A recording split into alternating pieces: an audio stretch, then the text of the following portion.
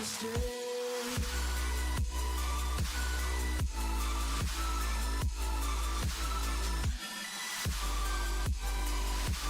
Hoping I don't make the same mistake.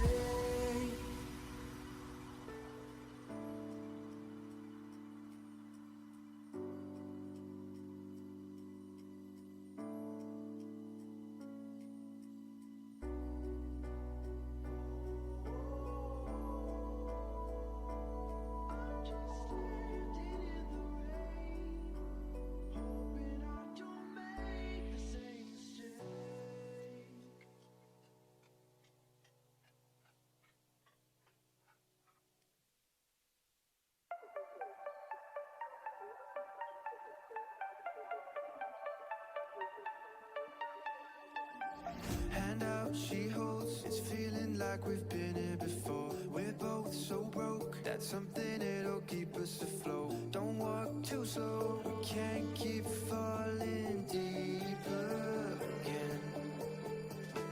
Came too close and the taste so far from pure. A rush of blood, but we search for so much more. We've all been here before.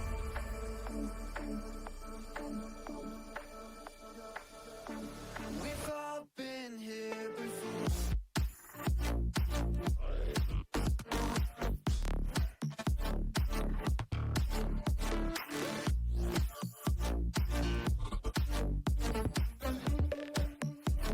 We've all been here before.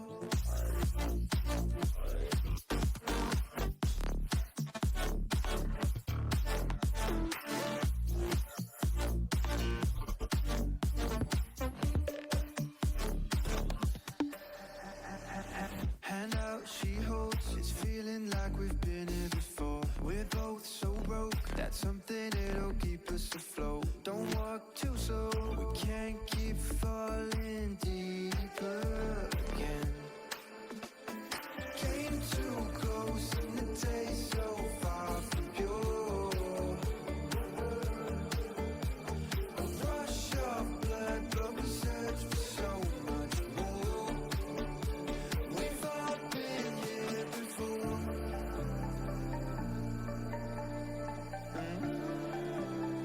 We've all been here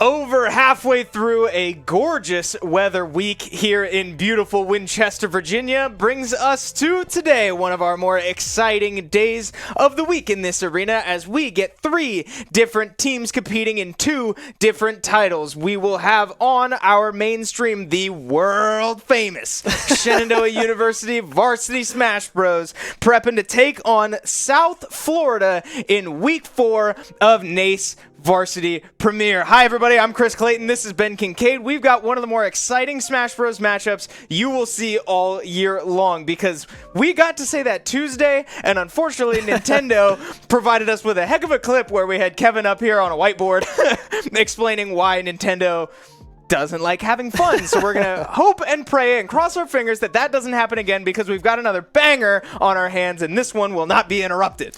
Yeah, it's been a couple nights back to back for Smash Bros that we just weren't able to play. We weren't able to get the ball going a few days ago, rather on Tuesday. A little unfortunate with servers kind of being servery and not doing what they're supposed to do. Technology sometimes likes to break, so not on either school, but we were able to reschedule that one, which is nice. So they will get play at some point with that school, but tonight is very important, and I am very, very excited to jump into this very tough matchup. Yes, South Florida 3-0 so far. We'll get into those statistics in a little bit, but a very strong opponent, just like we saw on Tuesday with Lebanon Valley, right? We talked a little bit about that. That will be rescheduled. It has not been rescheduled yet, so we don't have a date to give you yet, and I apologize for that. But we can take a look back at exactly what we're talking about, right? I did say this is the most exciting day of the week here in the arena, as we have 3 different competitions to keep an eye on. NACE has 2 Smash titles here, as we have 2 different Smash teams, as well as NECC Rocket League will be competing against Kansas State. Big 12 school, I believe. Don't quote me on that. I'm doubting myself. But yeah, so it's been a great week so far. Lots of fun stuff. You do see Lebanon Valley there on the left. Like I said, that is getting rescheduled, but has not been rescheduled yet. We will let you know as soon as we hear when that will be happening, and I'm sure we'll be streaming it right here on this channel. So that brings us to today, and then tomorrow we've got Overwatch 2 taking on Thomas More in NECC. So rounding out the week should be a lot of fun, but that's all ahead and behind us, because today is Thursday. So South Florida is going to be a great one. This team is undefeated so far, and Shenandoah has dropped a game against Florida International. We can take a look at this season's standings, or this season's statistics, excuse me. 1-1 so far for SU, 3-0 for South Florida. Strong start, have not dropped a single game to show. So 100% win rate for South Florida. They qualified for their playoffs last year as well. A very, very strong team all around, and it should make for a very, very exciting matchup against the SU boys. Yeah, I mean, South Florida is rolling, like you say. I mean, 3-0, 6-0, the game record as well, looking super, super strong in this group thus far. Very excited to see kind of where this matches up, because I was talking to Igloo a little bit before tonight's broadcast that South Florida's schedule is backloaded, right? They've gone through some of the weaker teams in this group thus far. So this is, in our eyes, the biggest competition that they've had thus far going up to this point. As we take a quick look at what this group looks like, I believe they had JMU, and then it was Full Sail as well, some of the matchups that South Florida has had thus far. And now they come up to Shenandoah, an up-and-comer in this group. We have a 1-1 record, trying to advance to that 2-1, trying to solidify ourselves towards the top of the standings. Yeah, 3 undefeated teams up there at the top, 2 of them 3-0, and 1 of them with a win over Shenandoah. So very, very tightly knit top of the standings here, as all 4 of those teams on the left, and I'll throw Shawnee State in there, absolutely, are going to make a heck of a run for this group. This is a very loaded group, and we're still very early on in the season. So this is week 4. We will be getting into the action here soon, but we get to watch these guys play the game here tonight. We have our usual roster, AJ, yeah. Kip, Igloo, Willie, and Farambus out there, out in the arena, getting ready to play our usual, I'm not expecting any surprises. The Falco, the Pac-Man, the Yoshi, the Kazuya, the Jigglypuff, plus or minus some secondaries in there, but it really should be the tried and true squad that is still looking for some revenge after a sour taste in their mouth from that FIU series. Yeah, no, I mean, the FIU series was a very close series in itself as well. I believe going the distance, a 1-2 loss for SU in that one. But yeah, they're trying to regroup, regain. They've had some ups and downs with trying to find time to play games, right? I mean, they've been off broadcast and off competition, at least physically, for quite a while. Mentally, they've been prepared here, ready to go every single time, but having to then sit back and be like, oh, there's no game tonight, there's no game tonight again, and then again, there's no game tonight. It's tough to really jump back in the seat and be like, all right, we got a game, and it's a tough game, too. It's a tough matchup, so hopefully mentally the squad is looking good. Yeah, this is some strange adversity, right? It's good to see teams go through some amount of adversity and sort of come out together and a better unit because of it, but this is certainly, you expect adversity in the form of losses, unexpected, hiccups along your season, not necessarily in the sense that you can't even get a game to play, right? We haven't really seen this team, I don't think, sit down for a full series since the Ohio Wesleyan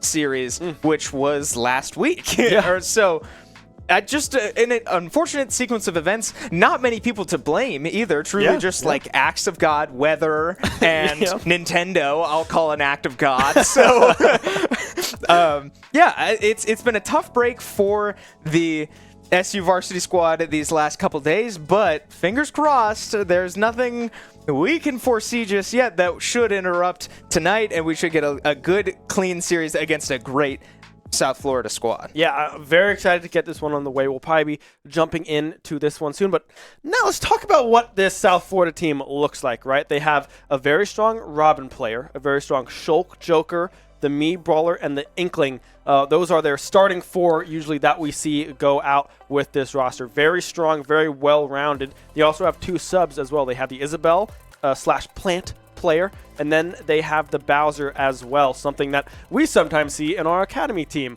with Trip, a very strong Bowser player down there. So we have some familiarity with a lot of these players, specifically with the Joker as well.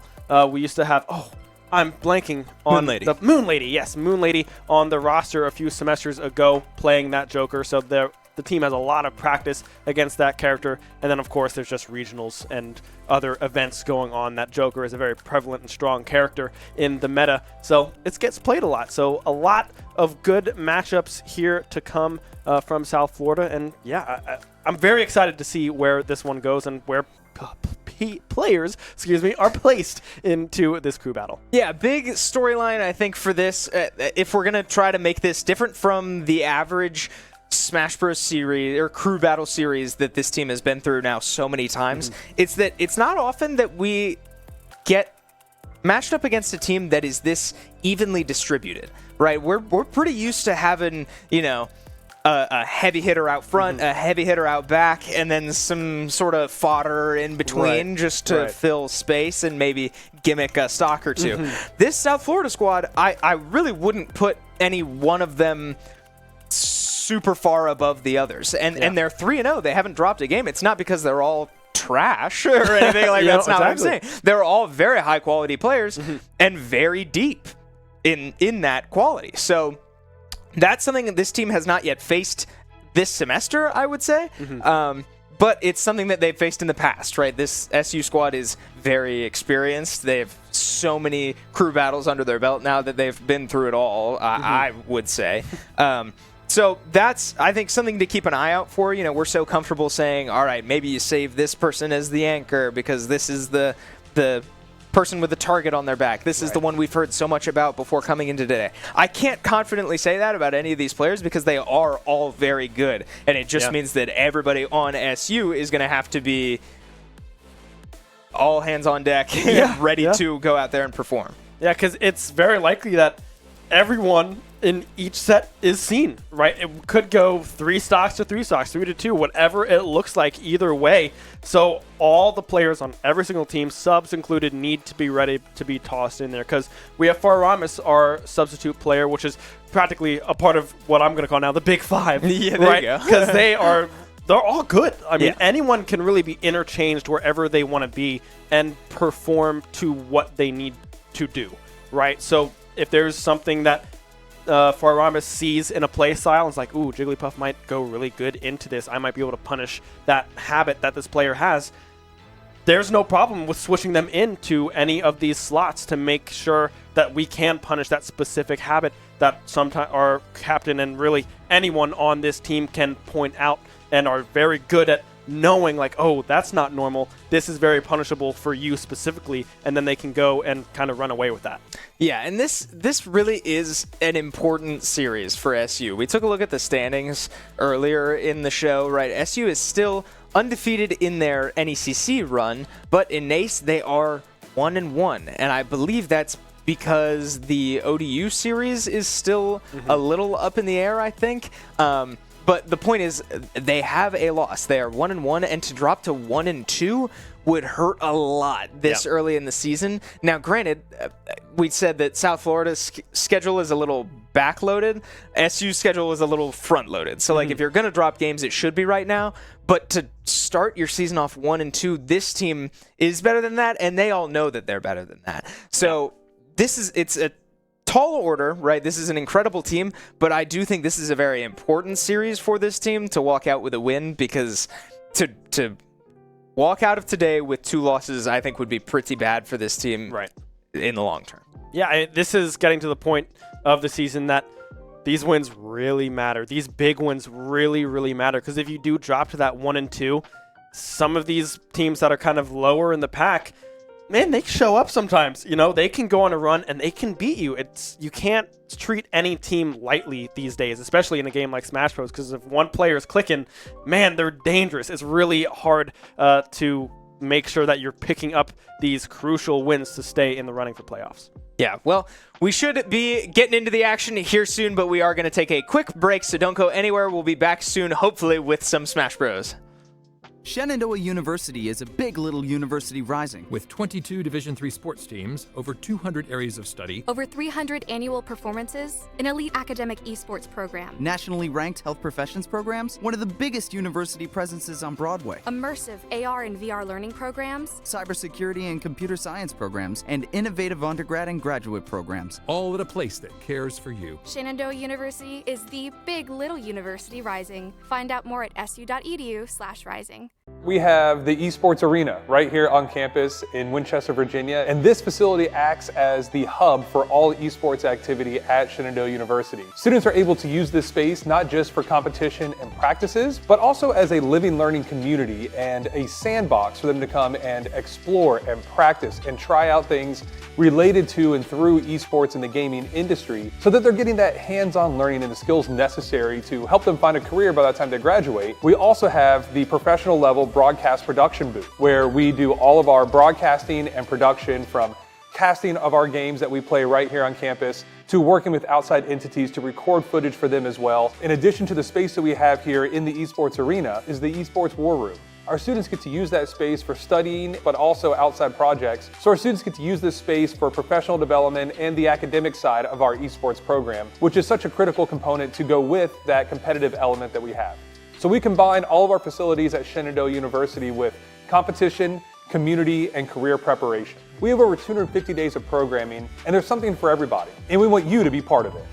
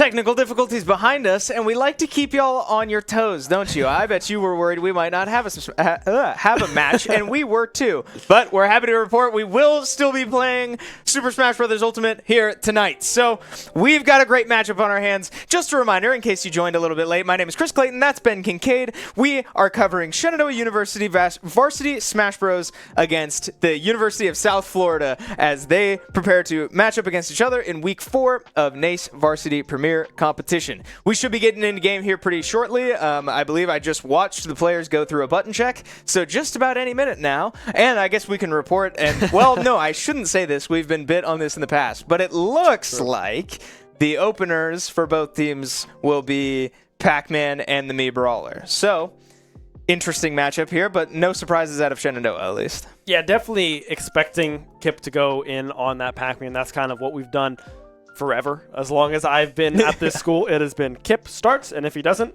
we have like some crazy call out. Yeah. And often the call out like hits hard. Yeah. You know, so it's a back pocket move. Exactly. Yeah. It's definitely something we bring out every now and then, but it's not a constant here at SU. Right. But yeah, so definitely Kip on the Pac-Man, definitely expected to come through.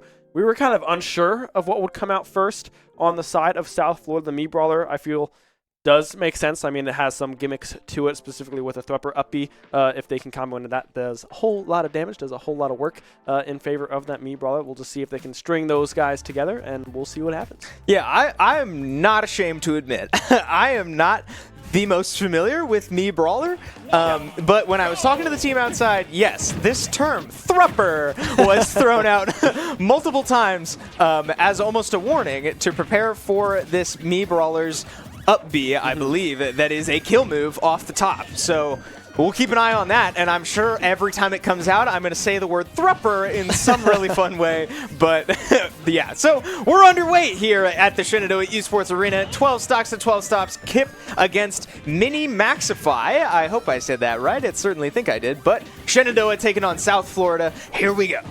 Yeah, Hydrant already in place. Kip trying to play with that space that they can give, but we can look at the match preference here.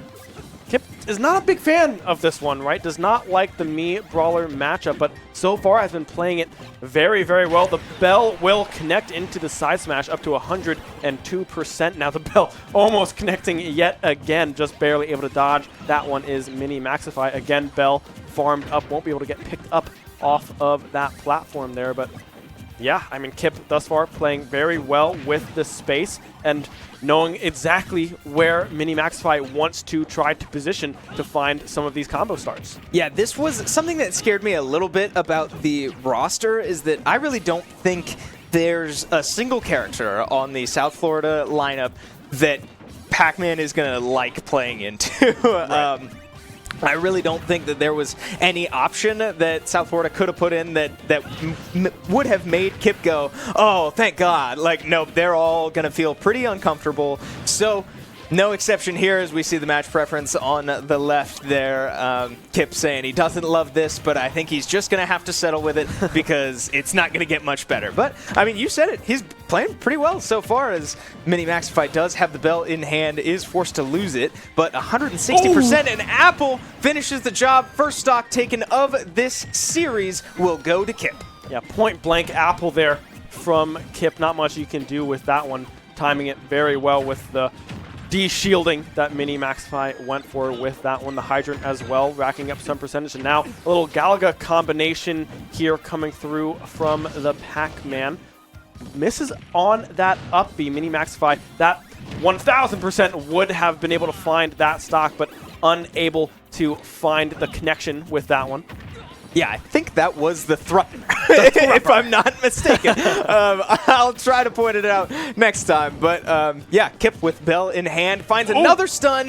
The up tilt, or up smash, I guess. Yeah, I think that was an up smash. Can't quite finish the job because I believe that was a sour spot. So we return back to neutral as Kip still has not lost his first stock yet. He's at 100%, has taken hits here and there, but none of them really able to find pay dirt as Mini Maxify can't quite find the Thrupper off the top. So Kip, going for a grab. That grab is so slow and easy to punish. The up smash, a great chase there by Mini Maxify to even the stock count. Yeah, evening it up, but 156 still built up on this second stock. Kip finding themselves in a very favorable position here thus far. Bell in hand, won't be able to connect the up smash, just missing, but instead it'll be the Apple to take 2 out of the way for Kip on this Pac-Man. Yeah, that up smash has such a strange hitbox. I feel like the forward smash version of Pac-Man pulling a ghost out has a pretty massive hitbox in terms of like verticality. It hits a little bit higher than it might look, but clearly on the up smash, the horizontal hitbox does not apply. So interesting stuff, interesting developments out of Kip as he's gotten a couple weird stuns and been unable to capitalize off them, but what he is capitalizing on is the amount of stuns he's had, right? Some of the stuns have been awkward, but he's been getting a lot of them, and some of them will find their way home as Mini Maxify now up to 110% on their last stock. I don't think have a jump, but will be able to recover. Mii Brawler's moveset is crazy, can be crazy, because it's customizable. So a lot of mobility options out of Mini Maxify here in particular, as Kip just trying to finish this stock off. It certainly looks like, you know, we say it all the time about Pac-Man that you have to take him all the way to the blast zone because he can recover from just about anywhere. I'd say that's about the same here for Mini Maxify. I mean, 160 already built up here as well. Kip doing a great job at preserving potentially these 2 stocks onto this Pac-Man into this first matchup here. Minimax trying to play as safe as possible, not giving up this stock. The grab will go. There is the Thrupper, and there is the kill. That is exactly what SU did not want to see happen. Yeah, 65%. That is crazy. A down throw off the platform does find the kill. Kip just struggling to find these apple connections. He found the first 2 on the first 2 stocks, but a couple apples have gone wide now. So 200% on this Mii Brawler, just not going down. And you have to be careful knowing that that Thrupper is in the back pocket for Mii Brawler, right? Kip doing a good job of avoiding damage here on this last stock. Certainly does not want to lose another stock like that again, but 217%, this guy's not going anywhere. Yeah, I mean, a ridiculous percentage to see in Super Smash when it's not a heavy character, right? I mean, just barely able to survive a lot. The key coming out, a good parry coming through, or I guess a shield, rather, from Mini Max there. The apple tossed down as well, but yeah, Kip struggling to... Well, never mind, the apple will connect. I can only assume that was the kill. Yes, it is as we go into the Roman camp. Kip able to preserve 1 stock for SU. Okay, well, not too bad, especially for a grossly unfavorable matchup. And I think we saw why, right? Kip sort of struggling to finish that stock off, but was able to get there in the end. 3 apples, 3 kills for Kip means that 1 stock remaining into South Florida's second player. This is weird, right? Because it's so often, we talked a little bit pregame about how usually we have a decently good read on structure of other teams in terms of order. Tonight, I really don't. The biggest thing I think we should all keep an eye on is this Shulk. Because Shulk as a character, I think just about all of the players out there are not going to enjoy. Yeah. So... with, I think, the only exception being Willy. So if Shulk comes out, you'll probably see Willy come up early and have to deal with the Shulk. But otherwise, you got a lot of options here if you're South Florida. Yeah, I mean, the Shulk definitely, with the massive hitbox that the sword does have, does very well into a lot of the matchups, is able to play some good space. But yeah, Willy Kazia does do a good job at kind of closing that gap, making Shulk uncomfortable, and is able to kind of keep up with the pace that Shulk can start to impose on the opposing player. But yeah, I mean, there's a lot of options here. I mean, you could go into that Shulk. It could even be the Joker to come out. I wouldn't expect that to come through just yet, because I believe Shulk is this player's main source of income, right? So yeah, it's definitely a threat, but it could be this Robin. The Robin kind of gets sprinkled in there here and there, does well with playing kind of this waiting game, this range with good spacing, with those smaller spells, and then going in for those final blows with those smash attacks. But it could be something like that, just to try to clean up this final stock and then kind of go into whoever is next from the side of SU, but we'll just have to wait and see. Yeah, something to keep in mind too about this Shulk / Joker player there is that I believe through the 3 series that South Florida has played and where we've seen this player come in, I believe they've actually only played the Joker. But that is strange because we looked into their other competitive history and it's primarily Shulk. So I think they've played the Joker because they've been in situations where they can play the Joker over the Shulk and just go in there, have fun, whatever they feel like doing. But it's worth noting that I think the Shulk and the Joker are on the table. I expect the Shulk, but we haven't even seen the Shulk yet so far this season in NACE. So, bunch of things to keep an eye out for, but so far we do have our answer. It will be Lucida, I believe, on the Robin here as Kip gets a heck of a combo there to start once again. What did we say? I don't think there's really anybody that could load into the arena and Kip would breathe a sigh of relief because it's not going to be a fun day to play Pac-Man. Yeah, I mean, Robin as well just does a whole lot of different things, right? You have that kind of purpley spell, kind of the erosion with that kind of build-up. And Nosferatu, yes, that's what it's called. And then we just have lightning and swords and bolts and beams and a whole bunch of other stuff. The up smash will connect after that bell, unable to find that kill, but 100% built up on this first stock for Lucida, so it could be a good showing here from Kip if they are able to walk out of this one with a stock taken. Yeah, Robin has a lot of horizontal projectile game, and this Final Destination stage pick, I think, favors the Robin because there aren't platforms to hide on if you are Pac-Man. And Pac-Man certainly has projectiles to match this, but they're, it's the bell, right? It's weird angles. It's the Galaga. So just weird playstyle here out of Kip, but it's a necessary one as he now does catch a Thoron and he goes down from the ledge. 121% on the Robin. Kip certainly would have loved that one, but won't get it just yet as now stock counts will even out. Yeah, so now on the side of SU, what's the answer into this Robin, right?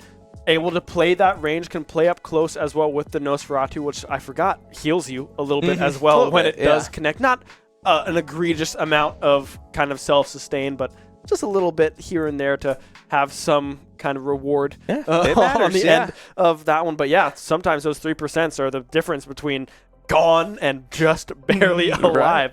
So yeah, on the side of SU, what's the angle here? We know that we have this Falco in the back. The Reflect could come up huge, specifically into this matchup with this Robin. What do you think? Yeah, I think you're dead on. I think we started to see AJ sort of standing behind Kip, or maybe we saw him sit down in the chair, but I do think it's going to be AJ to try to give it a shot against this Robin because of that Reflector, can sort of match the projectile game with his own lasers, and Robin is very heavy. Robin's one of the heaviest characters in the game, which you really wouldn't guess just based off looking at him or her, but it's true. And what do heavies do? They get comboed. And what does AJ do? He combos. Yeah. So on paper, right, I think this move makes sense. I think, well, there goes my pen. I think that yeah, on paper this makes a lot of sense. I think this is SU's best option so far because you'd rather save Willie for whenever this Shulk makes an appearance. Right. And I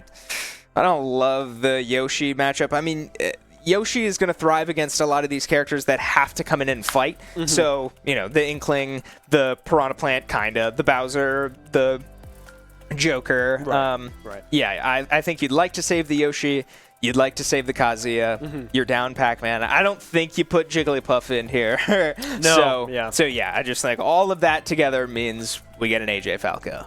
Yeah, and I mean, the AJ Falco has been looking pretty clean. The last time we did see it, it looked nice. Right? I agree. A lot of continued and extended strings were put together by AJ. Looked very, very clean, and maybe he just keeps up that mojo, like he was looking very, very good last week and weeks prior leading into this one. So I would definitely expect that one to come through. The play style is, go fast, run at this Robin, deflect whatever it is, and just start putting these strings together. Yeah, the game plan is out there, and we'll see if AJ can put it to action as we load back in. We've got PS2 here. Pokemon Stadium is the stage pick. So AJ looking to try to re-establish the lead that SU once had, but an even stock count will mean that South Florida with an opportunity to try to pull ahead for the first time this series.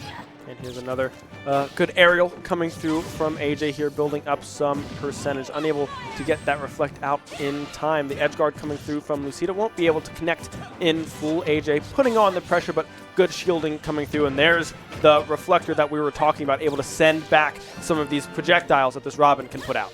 Yeah, I mean, that's going to be the biggest thing to keep an eye out for, as, wow, he does get caught with the fire right off the ledge directly into a forward smash. A good catch there by Lucida to catch AJ on his recovery just off the ledge means that AJ does lose that first stock, and USF with their first lead of the series, 120% now on this Robin, and we haven't seen much of the reflector yet, and I think that's fine, right? It'll come out when it's the right time. You certainly don't want to abuse it, but now, down a stock, something's going to have to give. That was an early stock, too. AJ was at like 80% or something when he died there. So, tough break, but AJ absolutely still in it. And Robin, another character that has a pretty decent, a nice up smash coming through from AJ. They're able to read what Lucida was going to try to do with that one. But now, how can you even it up, right? Get this percentage stack up. Looks like pretty much, yeah. I mean, we're both 2 stocks apiece, sitting close to around this 50-40 mark here for either player. AJ with the reflect out again, rolling back up into that fire projectile that Robin has. A good edge guard coming through from them, and now the jab. Yeah, the recovering against Robin is certainly strange, and Robin is just weird all around because of these sort of what's the word I'm looking for? Resources, I guess? Resource bars there on right above Robin's health bar. They can only use spells so much. And wow, they do catch AJ on the recovery once again. The L Thunder going way out and finding AJ. So another good clean stock out of Lucida, pulling ahead once again. If AJ, yep, here come the reflectors, right? Watch the projectile game commence, as both of these players are probably going to start to slow down and play the range game. Yeah, and in that recovery as well, we did see the reflect come out, but just was not able to connect with the actual projectile. AJ had the read on what the guard was going to be, but just unable to find it, and now the fire again into the side smash will be able to find that stock. AJ going down. Yeah, AJ just struggling to get away from the L fires there off the ledge. Just couldn't quite find the answer. So, Lucida on a heck of a run here, pulling ahead 8-6 now the stock count for South Florida. And now SU on their heels a little bit, forced to now probably send in a matchup that they really didn't want to use. I imagine it will probably have to be Igloo on either the Samus or the Yoshi. But yeah, SU in a bit of a pinch here to start. Yeah, I mean, down to the final 6 stocks. I believe it's 8 remaining on the side of South Florida. Yeah, 8 only. Robin only lost that singular stock there. So we'll have to see kind of where this goes, right? Because you mentioned the Yoshi, and you also mentioned the Samus, right? A pick that Igloo has become more and more confident on as time has gone on, has been able to get some practice on that character. So that could be something we see come out to kind of match this range that the Robin does put out. But Samus as well is just another fast character, does very well with stringing combos together, and does a whole lot of damage as well, right? Some of those, the side aerial, I believe, with the kind of flamethrower that gets brought out finds a lot of kill confirms, might I say, doing that one close towards the edge. So maybe we do see something like that come out, but maybe it's a curveball for everyone, and Willie comes out on this Kazuya, possibly on the Terry as well, something that does a little better into some of these ranged matchups. Yeah, no matter what the answer from SU is, you got to think that SU has to sort of get uncomfortable. They're going to have to make a decision that they don't want to make, and it does look to me like that will be Igloo on the Yoshi. So, again, more or less, I think what we expected, but not what SU wanted. But it's what they're going to have to make do with. Yoshi with the ability to jump out of these combos, right? This is what makes Yoshi Yoshi. Robin, I would not say is really one of those characters. I'm not sure if Yoshi can jump out of an L-Fire, and I guess we'll try to keep an eye on that. Yeah. That could be a weird interaction because it usually is these sort of multi-hits that, or weaker hits that Yoshi can jump out of, but some multi-hits just don't work like that. I don't know, Yoshi's just a very strange character all around. Looks like pretty neutral preference here out of Igloo as he tries to go for it all off the start. I actually really love that decision, but can't quite find the sweet spot on that forward air. Man, would have loved that if you're SU, and man, he's going for it again. Now, something to keep in mind, Robin does actually have a really strong recovery, so if this Lucida player is able to get an input in before they die, the Elwyn might be able to bring them all the way back up, but Igloo, excuse me, going for it all a couple times, trying to get this Robin down into the blast zone without too much trouble. Yeah, looking very good, able to jump over that projectile as well, coming through from Lucida. But yeah, a lot of percentage built up already on the second stock of Lucida, but now kind of you can jump out of it. They just jumped right through the fire. So a good, I guess a good omen, rather. The edge guard won't be too terrible, hopefully, for the side of Igloo. But, I mean, you never know. Lucida, one of these, the up smash will be able to find the stock. Igloo holding on to their third here. Just as I say, that just barely stays alive with that one. Yeah, able to avoid the projectiles as well. Now up to a very high percentage and does get caught floating up. I think that was the up B egg throw, and that does drift up a little bit. So Igloo does lose his first stock, but Igloo with an opportunity here to try to put this away. This has been a very Yoshi-sided matchup so far. And if Igloo is able to continue that, that would put SU in a much better spot than I could say they were in a couple minutes ago. But since saying that, Lucida has definitely started to find some momentum and slow the game down. Here come a lot of those projectiles throwing the book, as Robin does when they run out of spells. But yeah, this is such an interesting matchup, and Robin is just such a unique character that we really don't get to see very often, especially here at SU. But Igloo trying to make it known that that is not a problem. And man, going for another forward air, but it just can't quite connect. It's just not meant to be, I guess. Yeah, trying to find that spike to just wrap this stock up, unable to find it, rolls back, goes out of the shield, does get hit by that projectile. Now trying to find the space to find a combo starter here for Igloo. Projectiles coming left and right from Lucida. The egg will snipe from down there. So yeah, I mean, a very close stock percentage here. I mean, Lucida is hanging on by a thread, 101 built up, and then 101, 15, 16. Oh, that kills. I'm shocked that found that stock. Okay, so Robin has the Levin sword, that spiky, lightning-looking sword.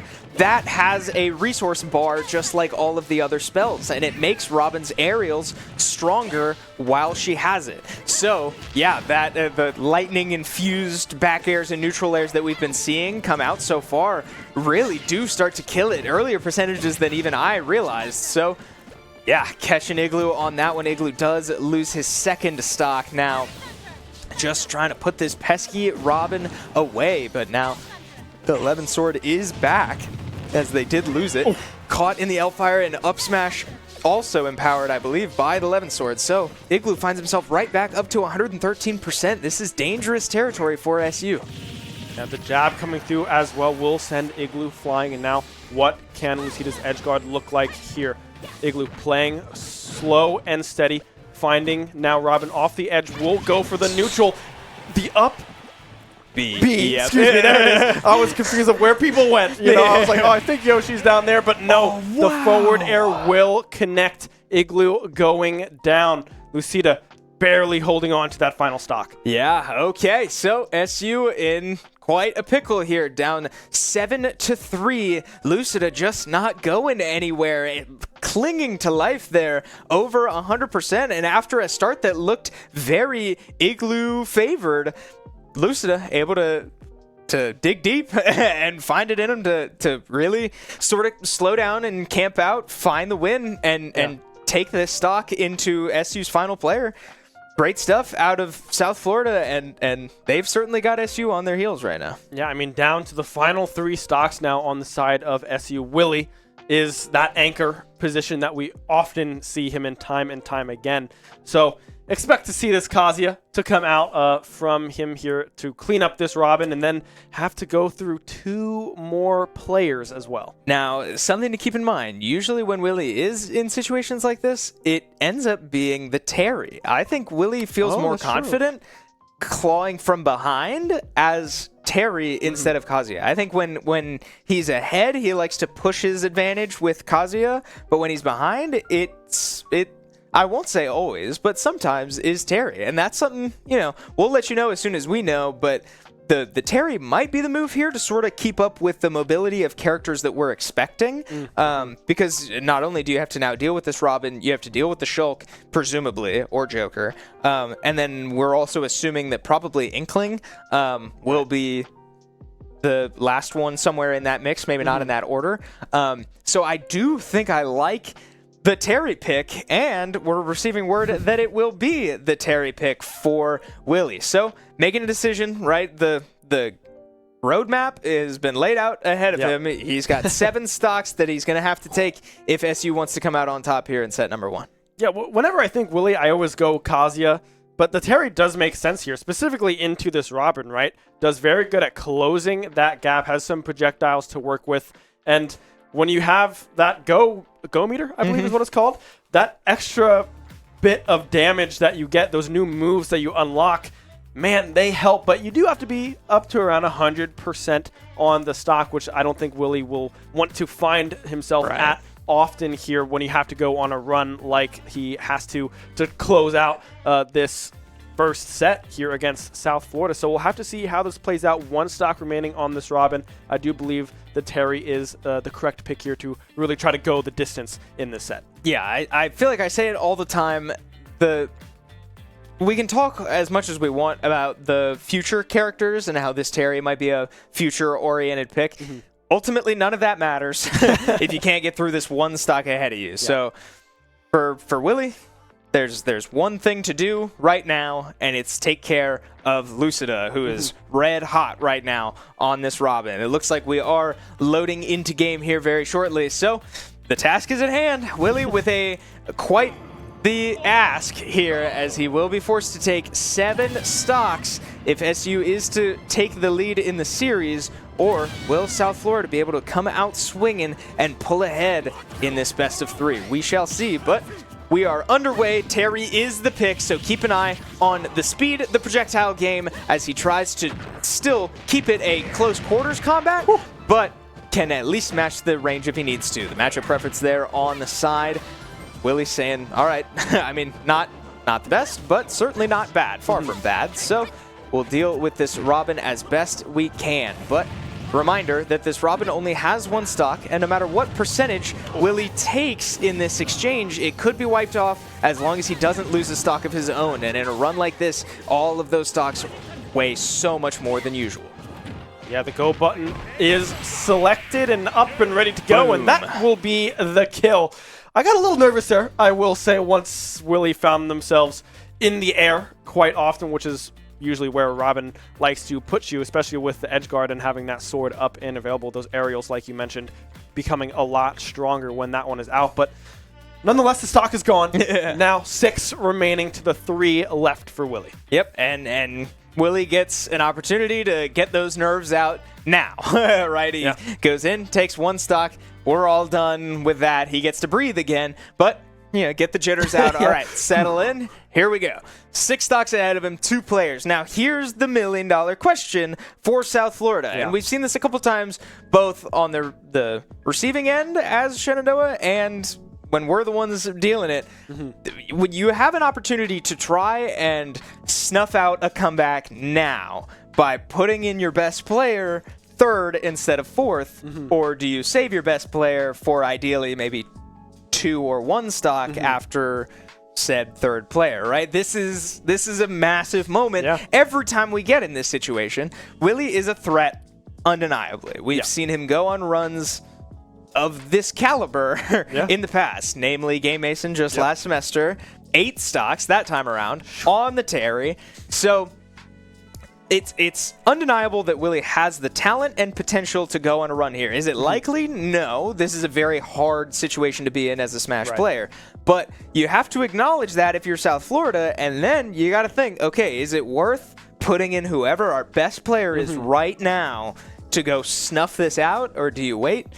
I don't know. Yeah, it's kind of tough because if you do lose, right, then you're like, oh, okay.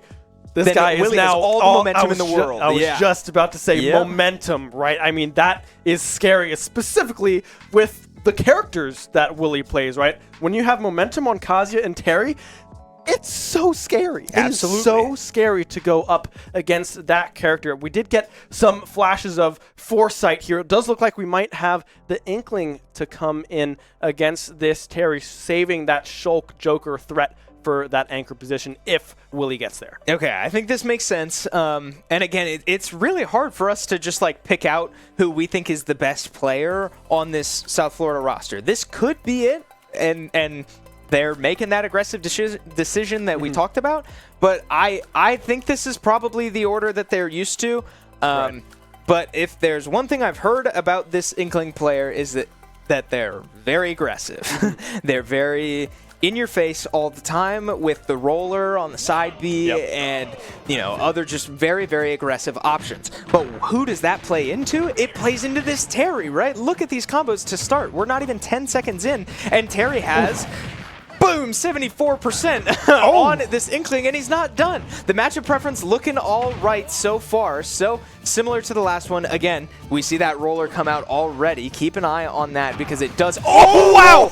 A heck of a call out there by Willie, and it's going to take decisions like that to start this comeback. An aggressive forward smash out of Willie does find pay dirt, and one stock down, 5 left for Willie to get through. Yeah, and already almost 60% built up again, shielding that roller back. Oh, just barely getting out of that combo is this Inkling player. But, oh my goodness, I mean, already 88% built up. Willie is going on an absolute tear right now, just trying to finish that stock. Won't be able to do so. And now, what can Inkling find on this edge guard? Not a whole lot. Willie expertly getting back to the stage. Yep, and Go Meter is online. So keep an eye out for the Power Geyser because Willie knows exactly where to put it. Just like that, this is a one-stock series. Now, Willie is up to 100% now. The Inkling can find kills off that roller, and you certainly see the Inkling wants it. Mew, a very aggressive player, trying to finish Willie off. The scary part about playing a character like Terry is that you do need to be at these high percentages for these really strong moves, but man, Willie's certainly not showing much fear just yet as Mew now starting to backtrack a little bit. Inkling does have a very, very good recovery, so it would take a lot to finish this off, but another good read there. The Power Geyser goes out onto the shield, and Inkling without much shield left! The Buster Wolf goes reverse! It won't quite find the kill yet, but with no ink, this Inkling becomes way weaker. They need to charge up, and you see them going for a little bit. The Rising Tackle will connect! It might be enough! We may be lagging, the player might have disconnected! But Willie certainly thinks he's got it, and I think we all have reason to believe that he does! This might be an even series! Yeah, what? Okay, we are 3-3 now. Shulk slash Joker against Willie's Terry, and man, you can just tell the stance that Willie took after that 3-stock. He is feeling himself right now. He is looking good. Okay. Hey, job's not finished, all right? As exciting as that was, we talked a lot about momentum going into that game. Well, I'd say it's safe to say that Willie has all the momentum in the world right now. Yeah. Because I'm going to go ahead and say it. When Smash lags like that, it usually means your controller disconnected or you did something to your Switch like, I don't know, slamming the desk or we see this all the time in Smash Bros. So to say that Willie has all the momentum in the world right now is an understatement. But we're not done. Okay, Willie's not done. This is still an even stock count. Willie now in a 1v1 against who we assume to be this Shulk slash Joker. And now I don't know. I don't know which of those characters I like more into Willie. I don't think I love either of them, but Shulk Yeah. is very impressive. I think Willie has a lot of experience against the Joker. I don't know that South Florida would have reason to know that, but I think I like the Shulk's odds better than Joker, but man, is Willie red hot right now. Yeah, I mean, everything was pixel perfect, right? The shields on the roller, knowing which way to turn and when, just everything was clicking for Willie on this Terry. We're through 4, right? We are through 4 stocks now to 0 in favor of SU. I mean, this is kind of what we expected this matchup to look like, right? Last player to last player, very, very good teams on either side. I mean, this one is just neck and neck. I really cannot tell you what this next matchup is going to look like. Yeah, and I think for me right now, I'm thinking long term again. If you're SU, I certainly hope that this sort of revitalizes the other players, right? This is that was a frustrating and disappointing opening, I'm sure, from all of the players that are not happy with their performance. And for Willie to go on a run like this, I hate to say it, even if he doesn't come out on top in this last matchup, you have to think, okay, hey, this is doable, right? We can absolutely come back if we have to, but we'll get there when we get there, right? On our hands right now, we do have just a raw 1v1, 3 stocks on 3 stocks. It will be Willie's Terry against Shulk is the answer for South Florida. And man, I mean, this is gonna be fun. I am so excited right now. I'm trying to hold it in. You know, I can't scream it out because I'm already losing my voice a little bit. I know. Yeah, I mean, just that last stock was enough to be like, holy crap! Like, this is going to be just back and forth all night long. So, yeah, it is going to be that Shulk, right? We did expect that to come through. That is, I believe, this player's primary selection here. Joker probably is just one of those matchup-dependent picks for this player that, much like this Terry is for Willie, right? Not often the first pick, but definitely one that is par with that Kazuya, right? Both of these characters, Willie knows the ins and outs, knows exactly what to do with these guys, and I frankly would expect no less from this Shulk, right? Very knowledgeable about this character. Yeah, and we're gonna have to keep an eye on the Monados as well, right? These are pivotal moments, and again, you'll notice on great Shulk players, they're not just randomly choosing Monados, right? They're very deliberate, and we'll try to call them out as they pop up, but I mean, Shulk can die very early. And something to keep in mind, too, Shulk's recovery is not great. If Shulk has the jump Monado, it becomes a little bit more manageable, specifically vertically. Shulk can recover from very low down if he has the jump Monado. But nonetheless, right, here we are. Job's not finished. As exciting as that last matchup was, we find ourselves with an even stock count. Willie matched up against Vedun, the Shulk player for South Florida. Set number 1 here in this very, very exciting series already. Yeah, already doing a great job at getting the damage on to this Shulk. Going for the kill, unable to find it. The recovery coming through from Willie, able to get back to that stage. But that is that Monado that we're talking about, that jump Monado. Very favorable matchup here for Willie, just barely avoiding that blade. And now the jabs coming through as well. I mean, Willie doing a great job at racking up and finding these edge guards on Vedun. Yeah, that was actually extremely close for Willie. He came very, very, very close to losing that first stock, but just, I mean, probably a difference of single-digit frames saving Willie's life there as he does find his way back onto stage. And the rising tackle connects. Shulk is down there. First stock speed. Monado comes out to try to overwhelm Willie. Now with the low percentage switching to shield mid-combo. That's interesting to see. I don't watch many Shulks, but that's cool to know that you can change Monados like that to sort of protect yourself, prevent how much knockback you take and how much damage you take. But we do see the smash come out as well. That extra knockback, able to finish Willie off with such a massive sword that Shulk has.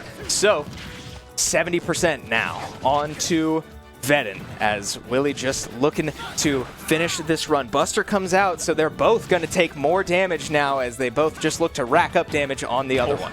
Good grab coming through from Willie there, 106% built up. Trying to find the potential edge guard here, the roll back, the jabs, not connecting, trying to find that finish. The speed Monado brought out yet again from the Shulk, just trying to overwhelm the face of Willie, but thus far doing a great job at matching pace, finding, oh, great shield coming through from Vedin, able to stay alive. Jump Minato now selected Willie, getting grabbed there. Both now dangerously in, well, the danger zone. But yeah, the go button is up. The spike does come through, connecting from Vedin. Yeah, platforms got a little awkward there, and Willie had to go for the ledge, but Shulk was all over that one. So 124% on the Shulk. Wow! The power dunk just finishes him off. We're down to 1 stock. Vedin taking as much time as he can to reset and breathe, because this is it. A good damage combo there out of Willie to start this off. Buster coming out now to try and match the damage. Even percent so far. A good jab power dunk there out of Willie. Every hit matters more than it has this whole set. Speed Minato winding all the way down. So 88% on Shulk as he now just buys a little bit of time. Willie getting a little aggressive. The jab power dunk connects. The shield comes out once again. Great value on that Minato. It's certainly something that I was not thinking of coming into this series, but another jab power dunk, and the shield Minato was on cooldown, so Shulk eats all of that one, and he gets going on the roll. The rising tackle might finish, and it does. Willie finishes the job. 7 stocks straight, and SU steals set number 1. I don't even know what to say. I mean, Willie just on fire. Last stock to last stock, practically even going into that one. I think it was only about 21% built up onto that final stock, but man, that was just neck and neck all the way through in that first set. And that's only set number 1. We get this potentially again from both of these squads. I cannot wait. Man, yeah, okay, that was extremely exciting. Now, if you're SU, that game plan is not sustainable. Right. You cannot ask Willie to do that another time here tonight. So adjustments certainly need to come out for both sides, but what a run we just saw Willie go on to snatch a win from the jaws of defeat. Yeah. SU finishes set 1 with a win, up 1-0 in the series. Man, I mean, I need a minute to breathe. Yeah, I mean, that was just one of the sets of all time, right? I mean, that was just an unbelievable run coming through from Willie, but now we'll just have to wait and see what is the change-up, right? Do we continue to just have... Well, let me get my words in line here. Does SU do exactly what they did, right? With the same lineup, we start Kip on this Pac-Man, see if he can get a little bit more, because into that Mii Brawler matchup, they were winning pretty much the entire time. Lost one of those stocks, unfortunately, towards the end there because they were unable to clean up that final one on the Mii Brawler. But, I mean, we'll really just have to wait and see, because everyone on this SU roster has been able to show up, and just minor little interactions not going their way. Yeah, every little thing. South Florida is going to look back at a lot of little moments in that set, and that's going to haunt them. But no matter what, it's behind them, right? South Florida now has their game plan, their roadmap laid out ahead of them. They're going to have to win the next 2 sets back-to-back. SU going to have to make some adjustments, but lucky enough to walk out on top. We are going to take a quick breather, and we encourage you all to as well, because that was extremely exciting. The players are going to settle back in here soon, so we will be right back on the other side of this break. Shenandoah University is a big little university rising. With 22 Division III sports teams, over 200 areas of study, Over 300 annual performances, an elite academic esports program, Nationally ranked health professions programs, one of the biggest university presences on Broadway. immersive AR and VR learning programs, Cybersecurity and computer science programs, and innovative undergrad and graduate programs. all at a place that cares for you. Shenandoah University is the big little university rising. Find out more at su.edu/rising. We have the Esports Arena right here on campus in Winchester, Virginia, and this facility acts as the hub for all esports activity at Shenandoah University. Students are able to use this space not just for competition and practices, but also as a living learning community and a sandbox for them to come and explore and practice and try out things related to and through esports in the gaming industry, so that they're getting that hands-on learning and the skills necessary to help them find a career by the time they graduate. We also have the professional level broadcast production booth, where we do all of our broadcasting and production, from casting of our games that we play right here on campus to working with outside entities to record footage for them as well. In addition to the space that we have here in the Esports Arena is the Esports War Room. Our students get to use that space for studying, but also outside projects. So our students get to use this space for professional development and the academic side of our esports program, which is such a critical component to go with that competitive element that we have. So we combine all of our facilities at Shenandoah University with competition, community, and career preparation. We have over 250 days of programming, and there's something for everybody, and we want you to be part of it.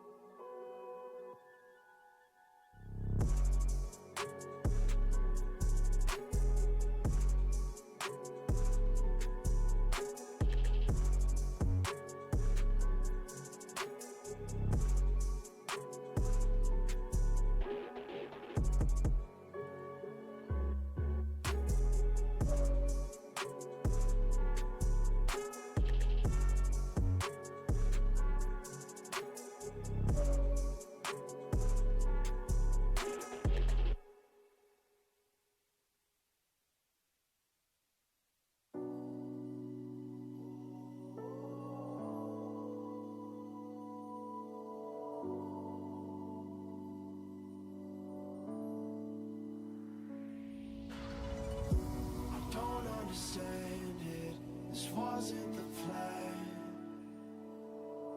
Don't wanna demand it. I've done what I can. And I never mentioned the times you ruled. And I never mentioned when you hear the truth.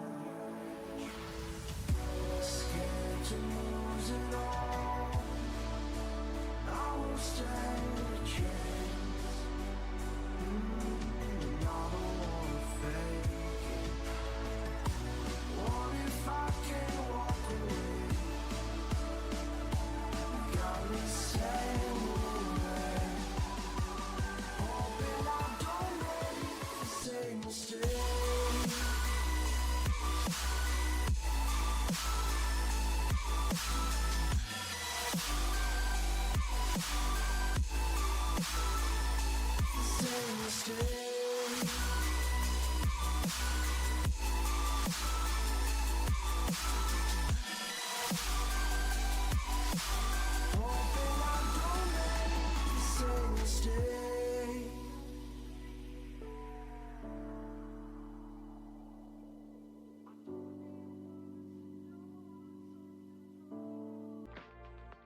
Well, we said it would be a good one, and boy, has this delivered. One stock separating these two incredibly talented rosters, but Shenandoah coming out on top in the end. Hi, everybody. I'm Chris Clayton. This is Ben Kincaid. If you are just now joining us, I'm just going to recommend that you rewind because you missed one heck of a finish to set number one here in this series. These are two incredibly talented... Oh, man, excuse me.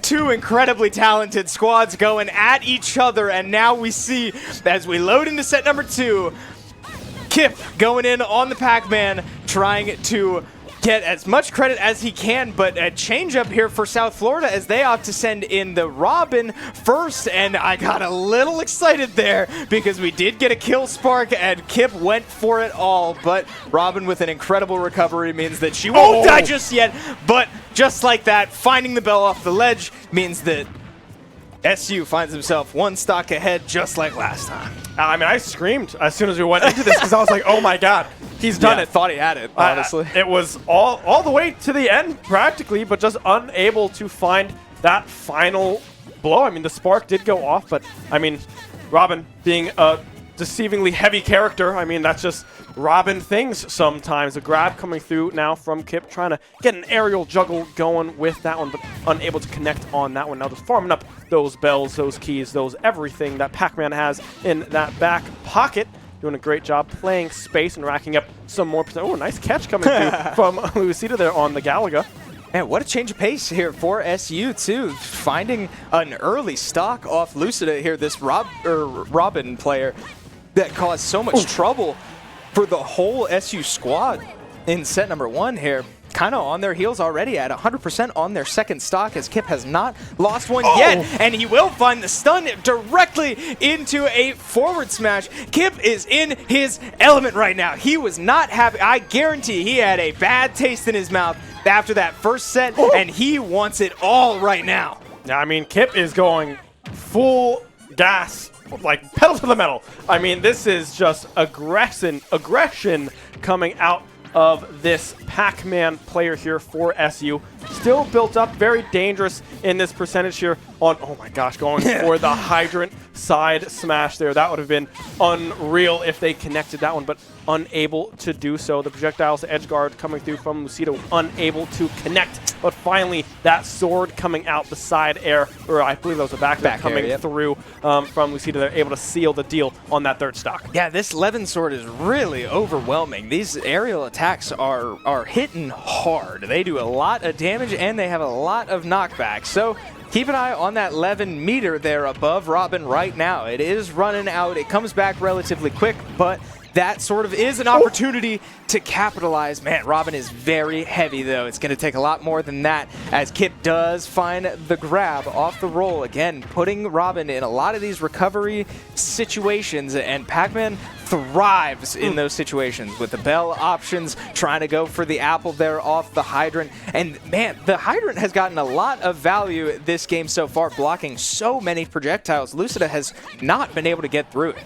Yeah, 169 builds up now on this Robin. The hydrant going down. Good edge guard coming through from Kip thus far. Good job from Lucida, able to get that hydrant out of the way, but still unable to find any purchase just yet on the ground here. Finally able to get back to the stage. Hydrant up in the air yet again in a dangerous spot. But yeah, I mean, Lucida doing a great job at preserving this final stock for as long as possible here, but we'll have to see if they are able to snowball that into a second stock. Yeah, ready for the apple that time around. We saw that Kip last set was able to get all of his kills from that very apple, and sure enough, Robin was ready for it the first time, but the team letting them know you can throw that downwards. So SU coming out on top, 2 stocks remaining for Kip on this Pac-Man, as now South Florida, their heaviest hitter last set, has now been knocked out with only 1 stock in their backpack.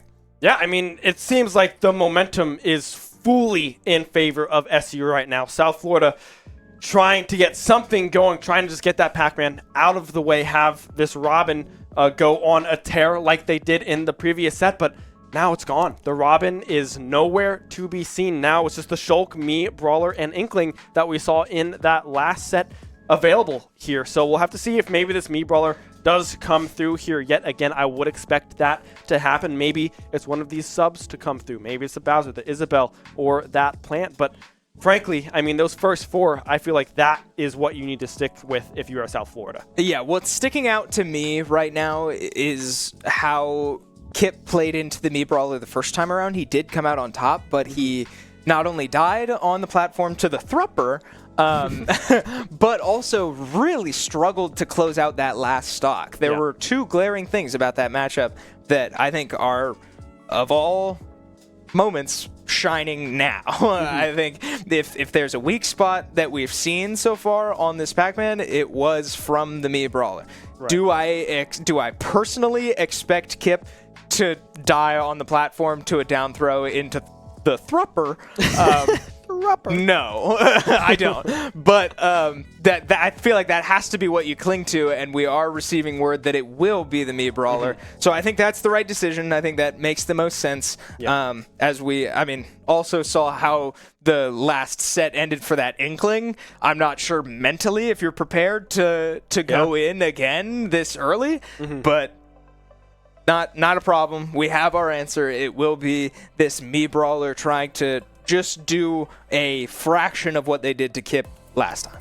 Yeah, trying to just clean up those 2 stocks. I mean, Robin doing a great job at getting at least that one after a very close call to start, and then just unable to get that projectile game going. Kip doing a great job at playing the range, having that spacing, the hydrants set up where they needed to be to stop a lot of those projectiles from Robin being impactful really in that matchup. So yeah, we'll have to see what the Mii Brawler does come out with here. I expect the same kind of game plan from them, because they did look very good, just leaving 1 stock for Kip at the end of that first set. But yeah, I mean, South Florida now finding themselves fighting from behind. Yeah, and that was a heck of a revenge matchup for Kip. I really do think Kip wanted a lot more from the first set.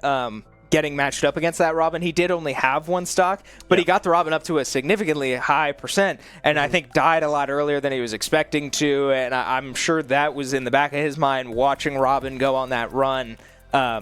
So I'm sure that was a response that Kip was ready for. Did Kip see it coming that Robin would be the starter? I don't know, but ultimately I do think that's probably what Kip wanted, and boy, did it pay off. So now South Florida on the back foot here as we load into our second matchup of set number 2, and it will be the Mii Brawler once again. A different appearance on the Mii Brawler, so could be a different moveset. We'll keep an eye on that. I'm getting acknowledgement from my production team that it is a different moveset, so keep an eye out for all of those special moves, because we don't know which ones could be different and which ones might be the same.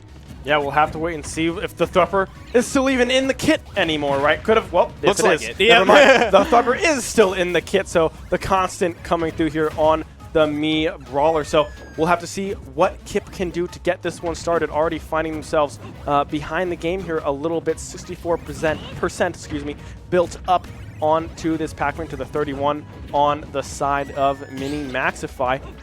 Galaga in hand trying to get these aerial combos up and going, but Kip struggling to really put these strings together on this Pac-Man. Yeah, so I've received word from our production again that the only difference in this moveset, as Kip does get caught on the Thrupper again off the platform. Wow, that kills so early. That's insane. The only difference between these movesets is that this Mii Brawler has the flashing Mach Punch, I believe it's called, instead of the shot put ball.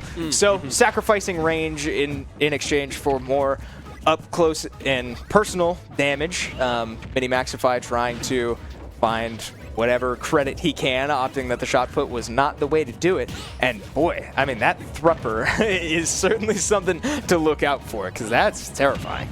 I mean, that's 2, or at least 1 stock in this one earlier in this series thus far. The Thrupper again coming through, a beautiful aerial juggle coming through from Mini Maxify. I believe that evens it up at 9 apiece here going into the second player for SU. Yeah, I mean, that's the game plan, right? That is Mii Brawler to a T, killing off the top with that Thrupper. So, yeah, I mean, great stuff, great execution out of that player. I'm not sure what the answer for SU is now, because I feel like you got to think, okay, they were saving the Falco for the projectile game of Robin. Robin is now out. We have only seen one Shenandoah player go in against this Mii Brawler, and it was Kip. So nobody has the experience to go toe-to-toe, at least so far, or the head-to-head experience with this player. Hard to say, right? I would say it's safe to say that Willie won't be going in right now. Yeah. If last set was an indication of anything, I would be shocked. But it does look like it will probably be AJ on the Falco. So I think that makes sense, right? Maintain the matchups we had, or at least the matchups we wanted. That Robin certainly threw a lot of things off in set number 1, but SU sticking to their guns and gonna play this one out. Yeah, I was thinking that possibly there could be a Jigglypuff angle here, just because the projectile game is not there anymore. There's not a whole lot of range coming through from anyone there. But yeah, AJ did look good against that Robin. Just The reflects just barely mistimed on one of those edge guards coming through from Robin, able to secure one of those kills. But now there's no projectiles to worry about. This is just pure combo on combo. Who can get the other one in the air first? And, well, AJ, Falco, the character is built around getting you in the air. Yeah, it'll be interesting to see because, both of these players do play an aerial game.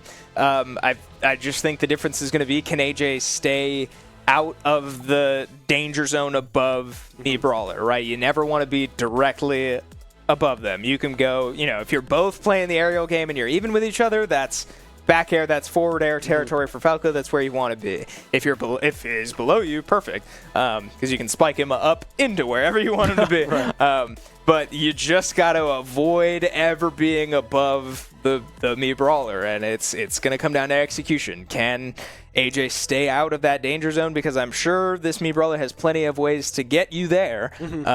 So I feel like that's going to be the storyline to keep an eye out for. But yeah, we'll see it. You said it, though. We do know that this Me Brawler no longer has the projectiles to match. Right. So that's another window. Falco does have these lasers that he can just sit around and rack up percentage that way the longer this goes on. Yeah, I mean, that will definitely benefit AJ on this Falco. Doesn't have to really worry about that shot put from that Me Brawler. I mean, the Thrupper combo is really the thing to worry about, right? Absolutely. I mean, you already went over it, but that's just the threat on this character, right? If you can avoid that, you should be fine. That is the true combination that this Me Brawler is looking for, trying to find those kill confirms with that Thrupper. AJ, Falco, very fast, so might be able to maneuver their way out of some of these aerial chains that the Me Brawler is going to try to look for. We'll just have to wait and see once this matchup gets underway to see who is going to be pushing that aggression forwards. I do expect AJ to be aggressive, but also kind of play that mid-range as well with that laser, trying to rack up some percentage without getting too much in harm's way. Yep, and keep an eye on the platforms. It's part of high-level Smash is knowing what kills you, and we know what kills you. It's got a name. It's the Thrupper. So if Minimaxify is able to get any of those off, I mean, that is the game plan. That's the only thing this character is looking for. It's like a grab at 0 on Luigi, right? Yep. You know what everyone is looking for. You know exactly what that player wants to do to you. You just can't fall for it. And sure enough, Minimaxify does find their first, taking a stock lead once again, very similar to set number 1. SU with momentum out of the first matchup, only to lose it just by the second matchup. Thrupper is such a fun word and feels it like sure it's believe me, I know. Safe.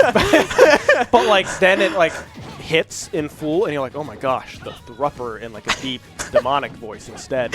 Oh my gosh, what do you do against that move? AJ trying to find the kill here, 120% built up on Minimaxify, going for the edge guard. Nice parry coming through there, the dash back. Possible danger zone now for Minimaxify as they do not grab the ledge, but AJ unable to find any killing blows just yet. As now the Thrupper yet again coming through to secure the second stock off of this Falco. Yeah, just catching AJ in these tech situations on the platforms. These platforms are in really bad positions for AJ, and he just can't get away from them. So Minimaxify able to capitalize, finding the grabs. He's 2 for 3 so far in these tech situations, and both of them have led to kill confirms. So becoming overwhelming here for SU. This Thrupper is becoming, I don't know, it's becoming too much, too fast for SU. Yeah, up tilt coming through. I believe that was a smash, excuse me, but unable to find the kill nonetheless. 154 built up onto this Me Brawler. Somehow able to stay alive. AJ trying to find these edge guards, will be able to find a kill spark and the kill to boot. Now 1 stock off of this Me Brawler, and now a combo coming through for Falco, but unable to combo it into much. And just as I say that, they start another one. Yeah, AJ finally with a moment to breathe here as he does finally get that first stock, a weight off his shoulders as he now gets to cook a little bit, right? Finding a good combo string there, avoiding the platforms, keeping this Me Brawler off the stage and in uncomfortable situations, because Me Brawler's recovery is very nice, but Oh man, as long as you can keep him off stage, that means he's not hitting you with his thrupper. So that's enough to be a win for SU. Yeah, thus far, I mean, a very close stock here. AJ doing a great job at building up some percentage on this second one, but has to try to find that confirm. Now up on this platform, a dangerous spot to be with this mini Maxify me brawler on the field. But he now got the jump! An edge guard yet again will connect AJ, bringing it all the way back, 1 stock to 1, but 83% built up on his final stock. Yeah, great stuff out of AJ there, just being patient and finding the read there. He did catch the jump off Mini Maxify, and without many options left, is able to capitalize with a forward air. And among all of that, avoiding the platforms, right? Mini Maxify can't do much, no matter what percentage you're at, right? 125, you're now in territory where other moves will kill, but the thrupper is suddenly not as intimidating. So AJ, I mean, has been able to find a lot of success now that he's been able to sort of breathe the thrupper going for it all there. But 140% AJ remains alive and keeps trying. The thrupper comes out one more time, but still not enough. 70% now on this Mii Brawler. I mean, a little side B, maybe trying to go the opposite direction there to catch a fall from Mini Maxify, but already, I mean, you can see AJ here putting together a great game plan, dodging this thrupper, as we like to call it here. So we will have to see what grab coming through. This could be a beautiful edge guard if they are able to find it. Will they go high? No. Side B, A, question mark? I believe that's side B from that Mini Maxify Mii Brawler. Yeah, good little mix-up there off stage by Mini Maxify, able to get away. Oh man, AJ again, drag down forward air. Down tilt, still not able to finish it. The back air, AJ lives that every time. 166% now, both of these players dangerously close. The thrupper connects right off the ledge. AJ so close, but an incredible comeback from what looked very, very scary to start for AJ. So massive way back into the series. South Florida still with a 1-stock lead though. Yeah, thrupper coming up huge for the Mii Brawler. They found themselves kind of just tossing it out there, trying to catch AJ just to wrap up that stock. AJ so close to finding that reverse 3-stock against that Mii Brawler, but just barely unable to find it. I mean, finding yourself on the ledge there, you roll up, you have the shield, and then right into a thrupper. That is not where you want to find yourself when you're at 140% on a final stock, Falco. But nonetheless, AJ doing a great job bringing that one back. Mii Brawler now finding themselves with 1 stock remaining 7-6 in favor of South Florida. Yeah, it almost felt like towards the end there, it became a panic option, right? The thrupper is the only thing that player can kill with. And it as soon as AJ got up to 140%, the Mii Brawler was running out of options to finish him off. And as soon as AJ got 2 stocks in reverse and really started to build momentum, then the thruppers really started coming out. But finding their way home in the end means that that very high percentage does get wiped, as now I think like 130% on that Mii Brawler before ultimately finishing the job means that will be 0% into SU's next player, who I believe will be Igloo on the Samus. It is a change-up here out of Igloo, opting to avoid the Yoshi. Must not have liked it, or maybe only liked it into the Robin, which is now off the table. And Samus into a Mii Brawler that doesn't have the shot put anymore. This Mii Brawler did change his moveset to remove that. So, an uncomfortable position for Mii Brawler here, but he is up a stock, so just looking for any extra credit at this point. Yeah, I mean, Samus is definitely one of those characters that's very fast, projectile heavy as well, has that supercharged shot with a stun attached to it if it is hit properly and correctly, right? That full charge does a whole lot of damage, keeps you there for a second. Perfect setup for a dash attack from Samus to secure some of those kills. So we will have to see how this one goes and if Mini Maxify can come away with a stock or 2 off of Igloo's Samus. Yeah, so I mean, a lot of momentum heading SU's way off of the first matchup. wiped away pretty quickly by this Mini Maxify here as they find themselves in a very similar position that the Robin was in last series, right? Clawing back from a loss in the first matchup to then bring back a lot of stocks in their direction. So can Mini Maxify continue that trend? We shall see. But here comes the range game out of Igloo. You're going to see him hold his stick in the opposite direction from Mini Maxify as often as he can. So does get caught jabbing into the shield, means that Igloo gets a good little punish there, but low percents both ways. Now, game plan's been laid out. I mean, I don't know how many times I can say it. Those platforms are pretty scary when the Thrupper is on the table. I mean, yeah, trying to go for that grab is Igloo there. Finding themselves not able to really catch Mini Maxify in any of the projectiles just yet. The grab coming through forward air will not be able to connect with that one, but still around a 70, 42, 70, 80% here. Nice back air to avoid the Thrupper that possibly could have come out from Mini Maxify with that one. Now, racking up some percentage is Igloo here on this Samus. Yeah, good look there on the charge shot. Can't quite find it. And wow, a good little drag down question mark on the Mii Brawler, able to take a first stock off of the Igloo Samus. So Igloo now down to 2 stocks of his own, 5 stocks for SU. Does catch the charge shot off the jump, but it doesn't finish the stock. That surprises me, as now Mii Brawler finds himself at 140% in the multi-hit. He falls out of, once again, evading death is Mini Maxify, but finally Igloo able to finish that one off. He's able to take a breath and say, wow, yeah, did not see that one coming, but that's all right. Can't be mad about trading 1 stock for 1 stock, as now SU finds himself still in a 1 stock deficit, but on to presumably the Inkling. Yeah, Inkling is definitely what we expect to come through here for South Florida. Did not have a great time in the first set, granted, against Safe to say. Willie's Terry.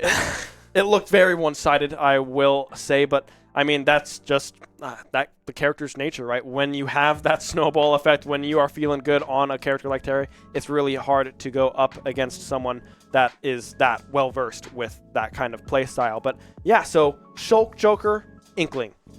Definitely expect Shulk to be in that anchor position like they were in that previous set, bringing it down to that 1-to-1 stock count. So yeah, Inkling into Samus.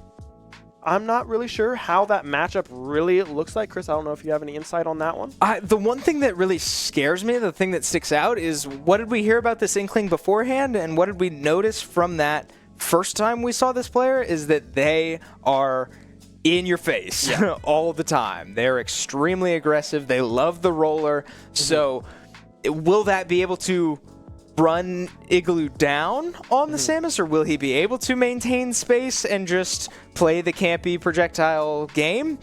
It's hard to say. I'm not entirely sure, but I do know that after seeing the move, like how many times this Inkling player used the roller in particular, that's a very committal option. That's very binding decision.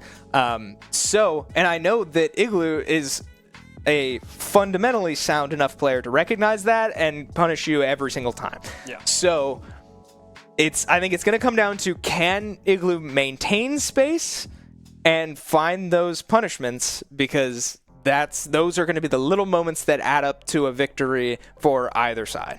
Yeah, we'll have to see what this one looks like. I'm looking at the character card here. It is the sub coming in. Inkling is not the play. It's instead going to be the Piranha Plant coming through for South Florida on this one. So yeah, maybe Inkling is not feeling the matchup into this Samus and thinks that the plant might have a better go at this one. Yeah, okay. You know what? While I'm talking, I'm going to do a little bit of research here, and I promise I'm not ignoring you all by looking down at my laptop. But I'm pretty sure what I'm looking for is I'm referencing back to Luminosity releases these character power rankings for Smash Bros. They get voted on by the top 100 players-ish, I think, in the Smash community on who they all think are the best characters in the game.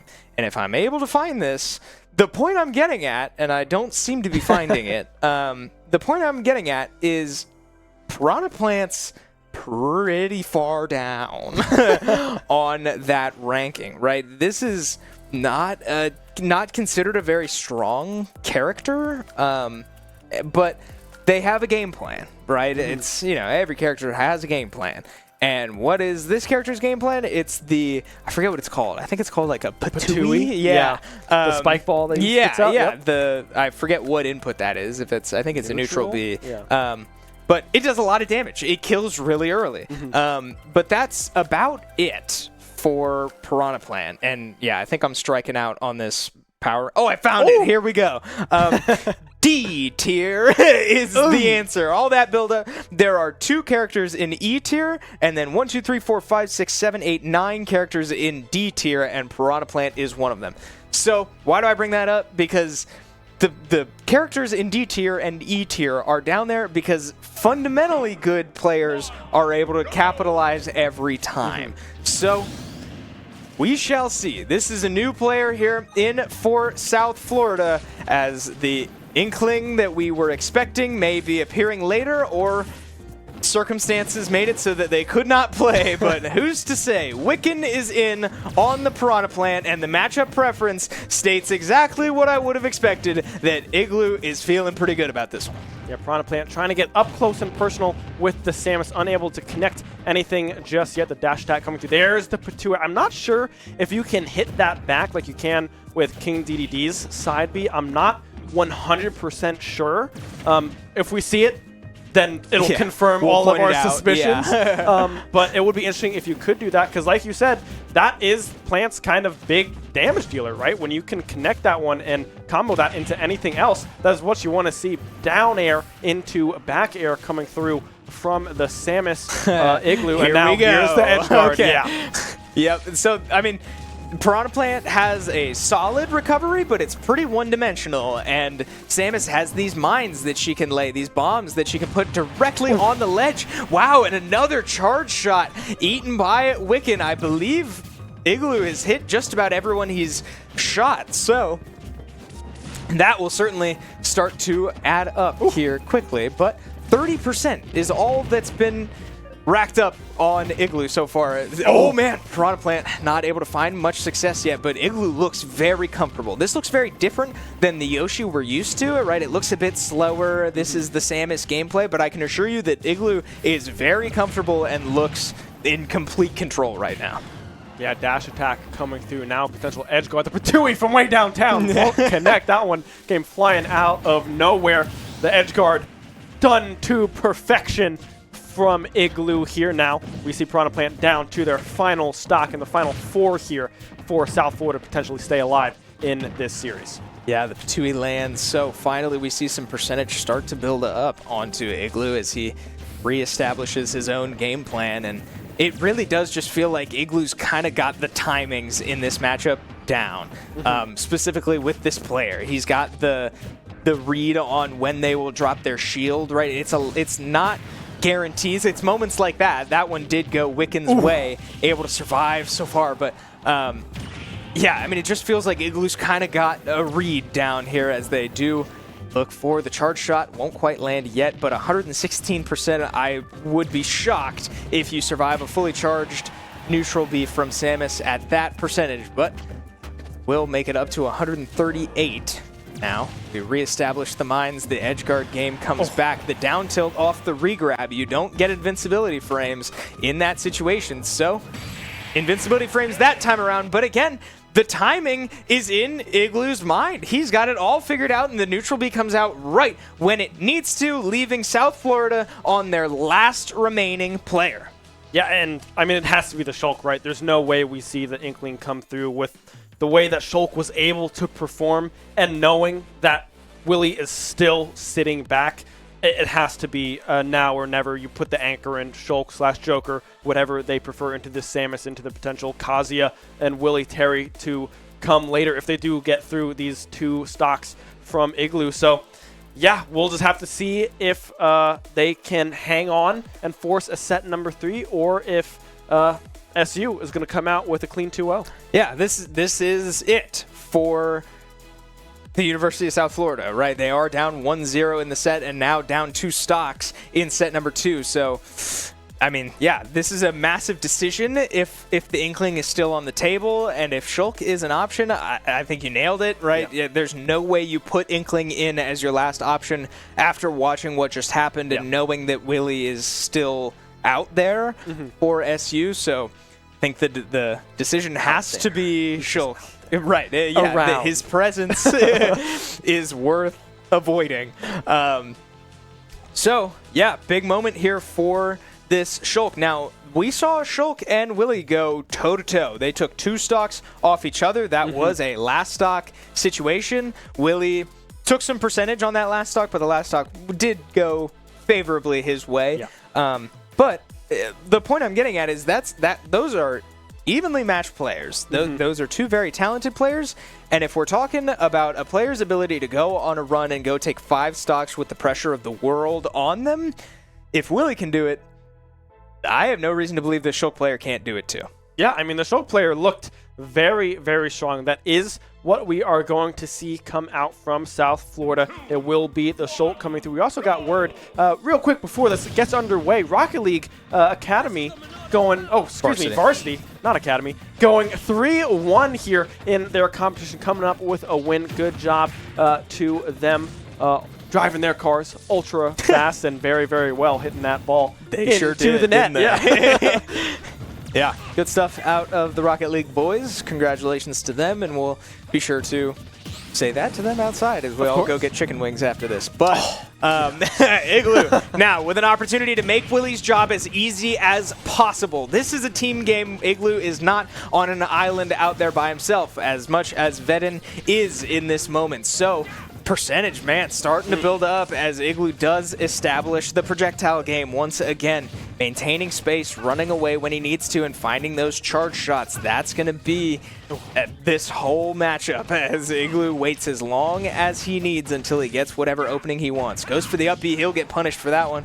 Nice little forward smash there out of Vedin. Probably could have got a little bit more, but maybe not. So no Monato's out just yet, and I'm not sure how you really play the Monato game into a Samus. We saw the Monato value against Terry with a lot of the shield Monatos. Wow, a nice little back air there out of Igloo. Not able to finish just yet. The speed Monato trying to overwhelm Igloo, but not enough just yet. So here comes that recovery. As much as, a good up tilt catching Shulk all the way with the heel off the jump. As much as we talked trash about Piranha Plant as a character, Shulk is leaps and bounds better than Piranha Plant, just in terms of kit.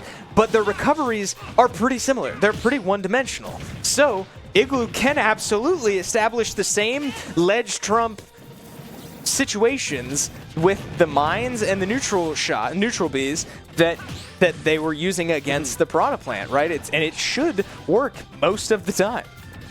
Yeah, I mean, Igloo doing a great job at racking up even more percentage now on this second stock, going for that down into forward air combo, but won't be able to find that connection yet. 143 built up, and now 0% onto this final stock. Now we'll have to see if Igloo can clean this one up and leave Willie with a 3-on-1 situation here for SU, if they can get this final stock built up to 98% here on Vedin. I believe that was 3 taunts that came out of Vedin after taking that first stock off Igloo. A bold decision, down 4-2, but we'll see if it pays off, if that's the momentum they need to start a heck of a comeback. But Igloo not done just yet as he looks to get even more extra credit. He is down to his last stock, like we said. The Buster coming out, and what does that mean? It means you take extra damage. Vedin down to their last stock, 4 stocks still ahead of them, as Igloo now, once again, gets to play the range game and sort of sit this out. Try to just build up as much percentage as possible. Smash is the Monato choice, so extra knockback, and the forward air, does finish Igloo off. So 1 stock remaining, and that's a scary man. Look how tall he is. That's very ominous, as we all know what's coming. I think that's gonna be a fighting game character. Whether it's the Kazuya or the Terry, actually, I think is yet to be determined. Right. Because I kind of think I was onto something earlier in that Willie, I think, likes to press advantages with Kazuya and likes to come back with Terry. So now we find ourselves in this player head-to-head, but under different circumstances. I'm not sure who Willie will pick. I'm cheating. I'm looking ahead right now, and he did just lock in the Kazuya. So Well, there you go. I think I'm onto it. I think I got him figured out. No, I think it's the right move. It'll be interesting to see what stage we get brought to. God forbid we ever find ourselves back on Final Destination again, and we have to recreate that moment. We shall see. But so while we're let's start that one over. While we're between games, I'll take a moment again. So we mentioned that Rocket League was able to take a 3-1 win over their opponent outside. We also have Way Awesome Kevin with a reschedule from his CFGC matches coming out on top 4-1. So congrats to him. Good stuff. He's the other Smash guy, right? Yeah. But he's out there doing his thing, so good stuff to him. I believe he just signaled and mouthed the phrase "one more" to me, so I think he's got one more matchup tonight. So we'll let you know how that goes. I'm getting nods of approval from my production. Look at this lively show we have. Yeah, so good stuff from Way Awesome Kevin, good stuff from the Rocket League team, as now SU Varsity finds himself on the brink of another NACE victory with 1 stock. Can Willie take care of business, or will this Shulk go on a heck of a run, the likes of which we've only seen about an hour ago? Yeah, man, I mean, Willie Kazuya is just one of those beasts, like it is very hard to escape Willie because, I mean, he's just so aggressive with his character, very confident, knows pretty much everything you can do with his character, specifically comboing into electric. That is one of his favorite things to do, getting that stun and then really just going on a tear in the air and ground and grabs and everything that Kazuya can do. Willie does it almost to perfection each and every time. It does a 3-1 count here, so we will have to see if this Shulk can go on a run or if Willie's Kazuya is just going to close this series out. Okay, why is Final Destination so good for Kazuya? It's because there's no platforms. Well, what does Callus have in common? There's no platforms in the middle. So if Willie finds a grab in about this part of the map, that's where things get scary. Now, something to keep in mind is that Shulk does have that shield Minato, so that might be able to save him from some of these crazy Kazuya combos that we've become so used to. But, man, Buster making sure that Shulk takes plenty of damage from that one. Now we see the matchup preference when it's up to Willie, when he doesn't have to choose his character before the Vedin, or before Vedin does, he opts for the Kazuya. So we see he could not feel more comfortable, and so far the damage seems to agree with that. 3 stocks for Willie to work with, and he's going to buy as much time off stage as he can, finding all that value. And now the kill button is online. You have to think that this would certainly kill. He's crouch dashing. He wants it. He's trying to get in. The shield Minato comes out. I think Vedin knows what's coming. He does find the counter and is able to strike from the back. So, man, buying some time. Willie unable to finish it just yet, but the kill button's still online, but not for long. Smash, Minato, and the forward air from center stage does finish the job. Willie still 2 stocks remaining, and 100% another taunt out of Vedin as they try to build whatever momentum, whatever mental game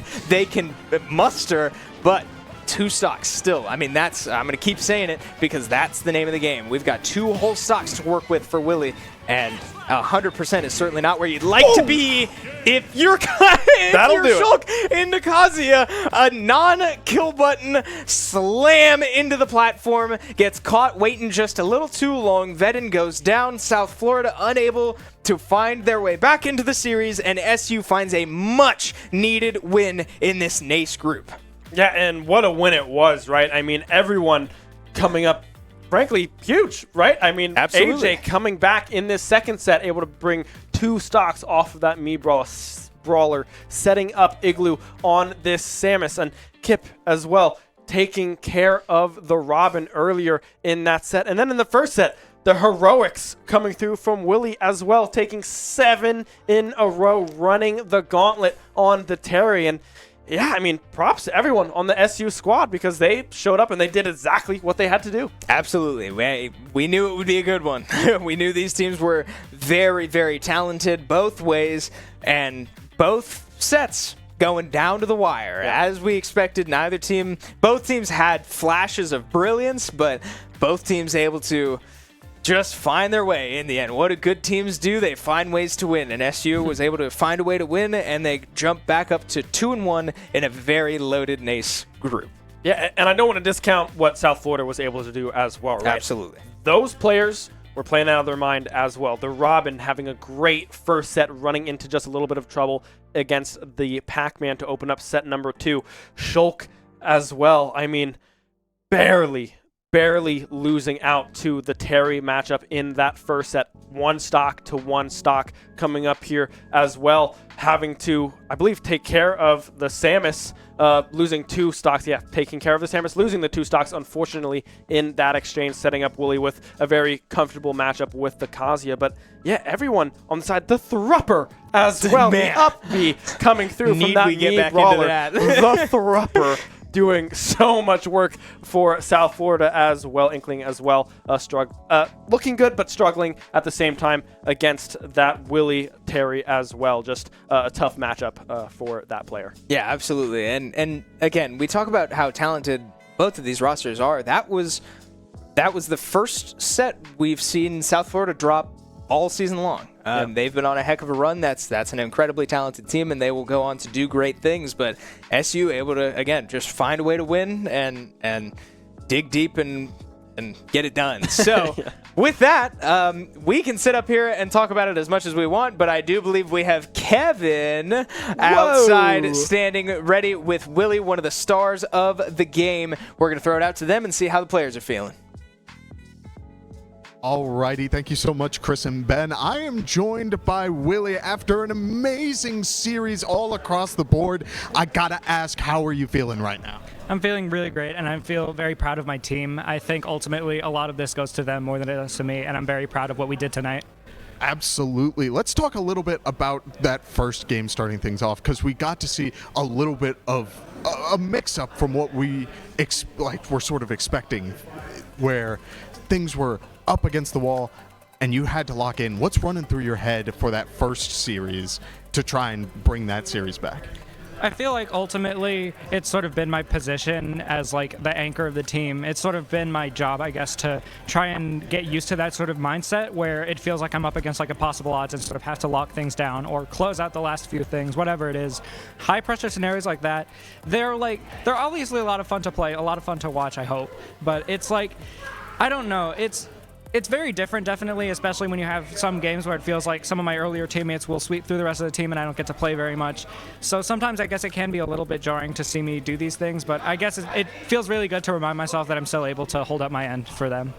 Yeah, great stuff. Moving on to Series 2, we got to see a little bit more of what Shenandoah was capable of going into that series, and we saw some great gameplay from like AJ's. Neutral was immaculate. We saw the Samus come out and really perform. Was the team getting into it? Like, was the mental starting to come back into favor? Like, what was the change? I honestly would like to think that a lot of what happened Series 2 was a result of the momentum that we were able to build from that Series 1 win. I feel like with that on your side, if you are like a team of any skill caliber, and you're just able to feel like you're able to win, and you have the momentum, you have the people cheering you on regardless of how good you guys actually are, something just unlocks and you get to unlock this sort of magical level of gameplay that doesn't feel real or like possible, but it just sort of happens. I'd like to think that's what happened tonight, but ultimately what probably happened is my teammates locked in and they did exceptionally well. Hey, great stuff here from Willie. Thank you so much for this interview. I think we're going to pass it back over to Chris and Ben to close things out, so guys, take it away. Willie, I can absolutely assure you that those high-pressure situations are a lot of fun to watch, especially for us back here. And all of you watching at home, I'm sure, I can only hope, had as much fun as we did today. But It's good to hear that from the team, right? A lot of confidence there. That's a big win for them, and they certainly delivered today. Yeah, a massive win, and yeah, that is really fun to play that, or watch rather, that come from behind. I mean, I'm back here, hands on knees, baseball dadding. we back were. here, I was live, just glued to the TV. I mean, it is so much fun to see this team play, and at the caliber that they do. I mean, I have a joy every single time. Absolutely. That's an incredible team, and it's an honor for us to just talk about them every week as they continue on what is hopefully another great journey to more accolades in the future. But with all that behind us, a 2-0 win in the books for Shenandoah. That will do it for us. We appreciate you watching along with us. We certainly had a lot of fun. We hope you did as well.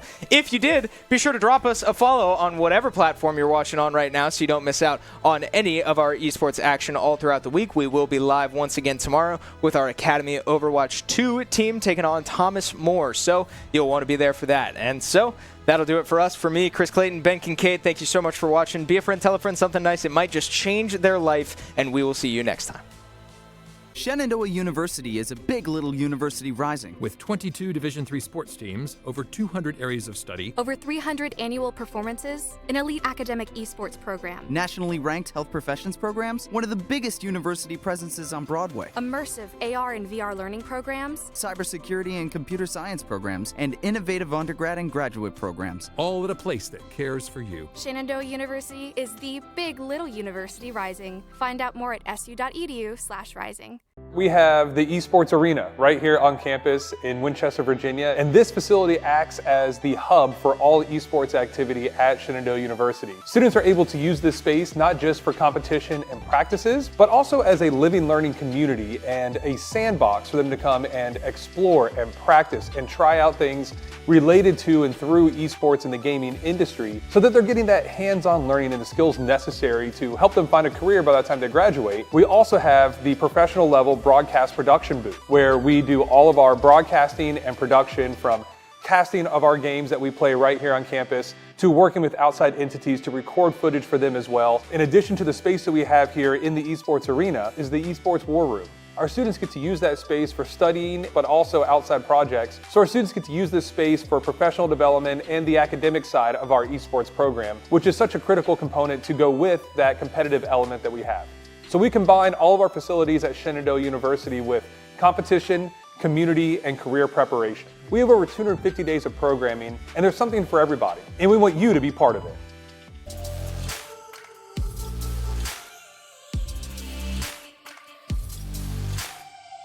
% win rate for South Florida. They qualified for their playoffs last year as well. A very, very strong team all around, and it should make for a very, very exciting matchup against the SU boys. Yeah, I mean, South Florida is rolling, like you said. I mean, 3-0, 6-0, the game record as well, looking super, super strong in this group thus far.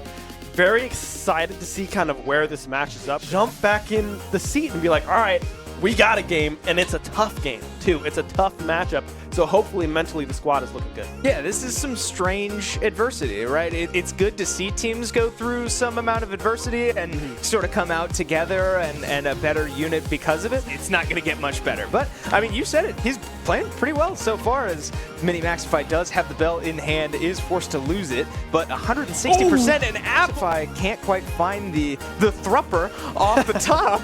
So Kip, going for a grab. That grab is so slow and easy to punish. The up smash. Build up on this second stop. Kip finding themselves in a very favorable position here thus far. Bell in hand. Won't be able to connect the up smash, just missing. But instead, this first matchup here, Minimax trying to play as safe as possible, not giving up this stock. The grab will go. There is the thrupper, and there is the kill. That key coming out. A good parry coming through, or I guess a shield, rather, from Minimax there. The apple tossed down as well. But yeah, Kip struggling to... Well, never mind. The apple will connect. I can only assume that was the kill. Yes, it is, as we go into the Roman camp. Kip able to preserve one stock for SU. Okay. You know, it's the bell, right? It's weird angles. It's the Galaga. So... just weird playstyle here out of Kip, but it's a necessary one, as he now does catch a Thor that we were talking about, able to send back some of these projectiles that this Robin can put out. Yeah, I mean, that's going to be the biggest thing to keep an eye out for, as, wow, he does get caught with stock too. AJ was at like 80% or something when he died there. So tough break, but AJ absolutely still in it. They're robbing another character that has a pretty decent, a nice up. What's the word I'm looking for? Resources, I guess. Resource bars there on right above Robin's health bar. They can only use spells so much. And wow, they come out, but just was not able to connect with the actual projectile. AJ had the read on what the guard was going to be, but just unable to find it. And now the fire, rather, the edge guard won't be too terrible, hopefully, for the side of Igloo. But I mean, you never know. Lucida, one of these, their third here, just as I say, that just barely stays alive with that one. Yeah, able to avoid the projectiles as well. Now up to a very high percentage and does. Yeah, I mean, a very close stock percentage here. I mean, Lucida is hanging on by a thread, 101 built up, and then 101, 15, 16. Oh, that kill off the edge will go for the neutral. The up. B. Yep. Excuse me, there it is. I was confused of where people went. You know, I was like, oh, I think Yoshi's down there, but no. Those stocks weigh so much more than usual. Yeah, the go button is selected and up and ready to go, and that will be the kill. I got looking all right so far. So similar to the last one, again, we see that roller come out already. Keep an eye on that because it does. Oh, wow! A heck of a call on this edge guard. Not a whole lot. Willie expertly getting back to the stage. Yep, and Go Meter is online. So keep an eye out for the Power Geyser because this Inkling becomes way weaker. They need to charge up, and you see them going for a little bit. The Rising Tackle will connect. It might be enough. We may be lagging. The player might have disconnected, but Willie certainly thinks he's got it, and I think we all have reason to believe that he does. That first stock, but just, I mean, probably a difference of single-digit frames, saving Willie's life there as he does find his way back onto stage. And the watch many shulks, but that's cool to know that you can change Minatos like that to sort of protect yourself, prevent how much knockback you take and how much damage you take. But we do see the stay alive jump. Minato now selected. Willie getting grabbed. They're both now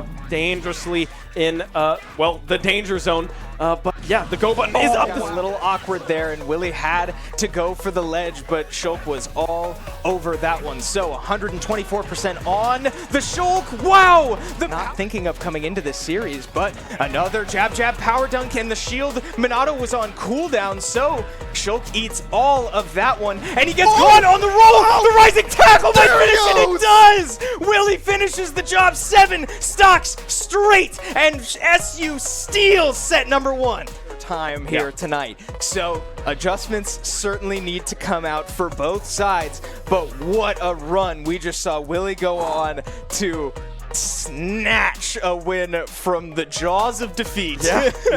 SU finishes set 1 with a win, up 1-0 in the series, and I got a little excited there because we did get a kill spark and Kip went for it all, but Robin with an incredible recovery means that she won't die just yet. For the whole SU squad in set number 1 here, kind of on their heels already at 100% on their second stock, as Kip has not lost one yet, and he will. Side smash there. That would have been unreal if they connect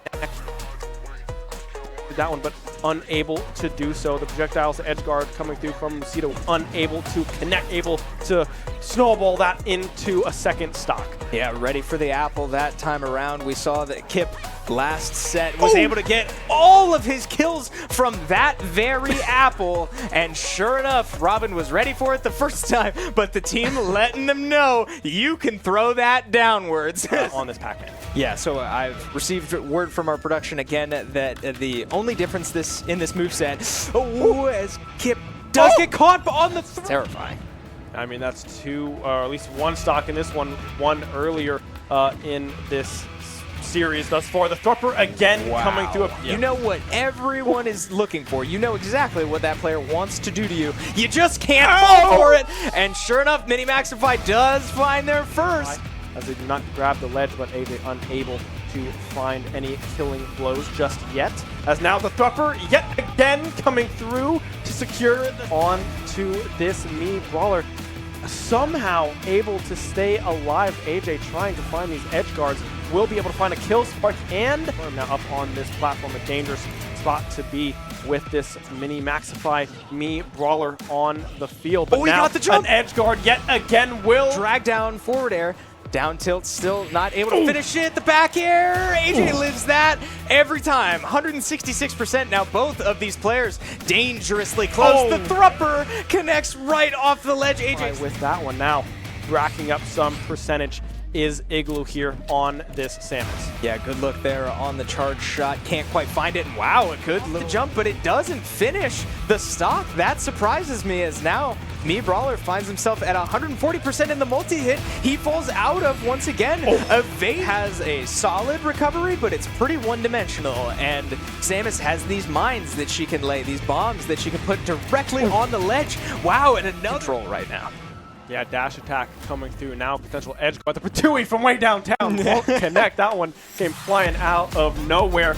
The edge guard. Push the mines. The edge guard game comes back. The down tilt off the regrab. You don't get invincibility frames in that situation. So invincibility frames that time around. Just yet, the speed Monado trying to overwhelm Igloo, but not enough just yet. So here comes that recovery. As much as, oh wow! Stock going for that down into forward air combo, but won't be able to find that connection yet. 143 built up and now 0. Comeback, but Igloo not done just yet, as he looks to get even more extra credit. He is down to his last stock, like we said. The Buster coming out, and what does that mean? It means you take them, as Igloo now, once again, gets to play the range game and sort of sit this out. Try to just build up as much percentage as possible. Smash is the Monado choice, so extra knockback, and the forward air, wow, does finish Igloo off. So 1 stock remaining, and that's a scam. Wow, I think Ben knows what's coming. He does find the counter and is able to strike from the back. So, man, buying some time. Willie unable to finish it just yet, but the kill button still, I mean, that's, I'm going to keep saying it because that's the name of the game. We've got 2 whole stocks to work with for Willie, and 100% is certainly not where you'd like to be if you're Shulk into Kazuya. A non-kill button slam into the platform, gets caught waiting just a little too long. Vedin goes down. South Florida unable to find their way back into the series, and SU finds a much-needed win in this NACE group. We talk about how talented both of these rosters are. That was the first set we've seen South Florida drop all season long. They've been on a heck of a run. That's an incredibly talented team, and they will go on to do great things. But SU able to, again, just find a way to win and dig deep and get it done. Where things were up against the wall and you had to lock in. What's running through your head for that first series to try and bring that series back? I feel like ultimately it's sort of been my position as like the anchor of the team. It's sort of been my job, I guess, to try and get used to that sort of mindset where it feels like I'm up against like a possible odds and sort of have to lock things down or close out the last few things, whatever it is. High pressure scenarios like that, they're obviously a lot of fun to play, a lot of fun to watch, I hope. But it's like, I don't know, it's very different, definitely, especially when you have some games where it feels like some of my earlier teammates will sweep through the rest of the team and I don't get to play very much. So sometimes I guess it can be a little bit jarring to see me do these things, but I guess it feels really good to remind myself that I'm still able to hold up my end for them. Yeah, great stuff. People cheering you on regardless of how good you guys actually are. Some just unlocks and you get to unlock this sort of magical level of gameplay that doesn't feel real or like possible, but it just sort of happens. I'd like to think that's what happened tonight, but ultimately what probably happened is my teammates locked in and they did exceptionally well. Hey, great stuff here from Willie. Thank you so much for today. Yeah, a massive win, and yeah, that is really fun to play that or watch rather that come from behind. I mean, I'm back here, hands on knees, baseball dadding. we back were. here. I was live, just glued to the TV. I mean, it is so much fun to see this team play, and at the caliber that they do. I mean, I. Don't like to leave things unresolved. Maybe it's madness. I'm begging you, please pick up the call. You're causing me damage. I should have known wasn't your fault. Don't even matter. I wasn't thinking clear. Trying to take it there. Scared to lose it all. I won't stand a chance.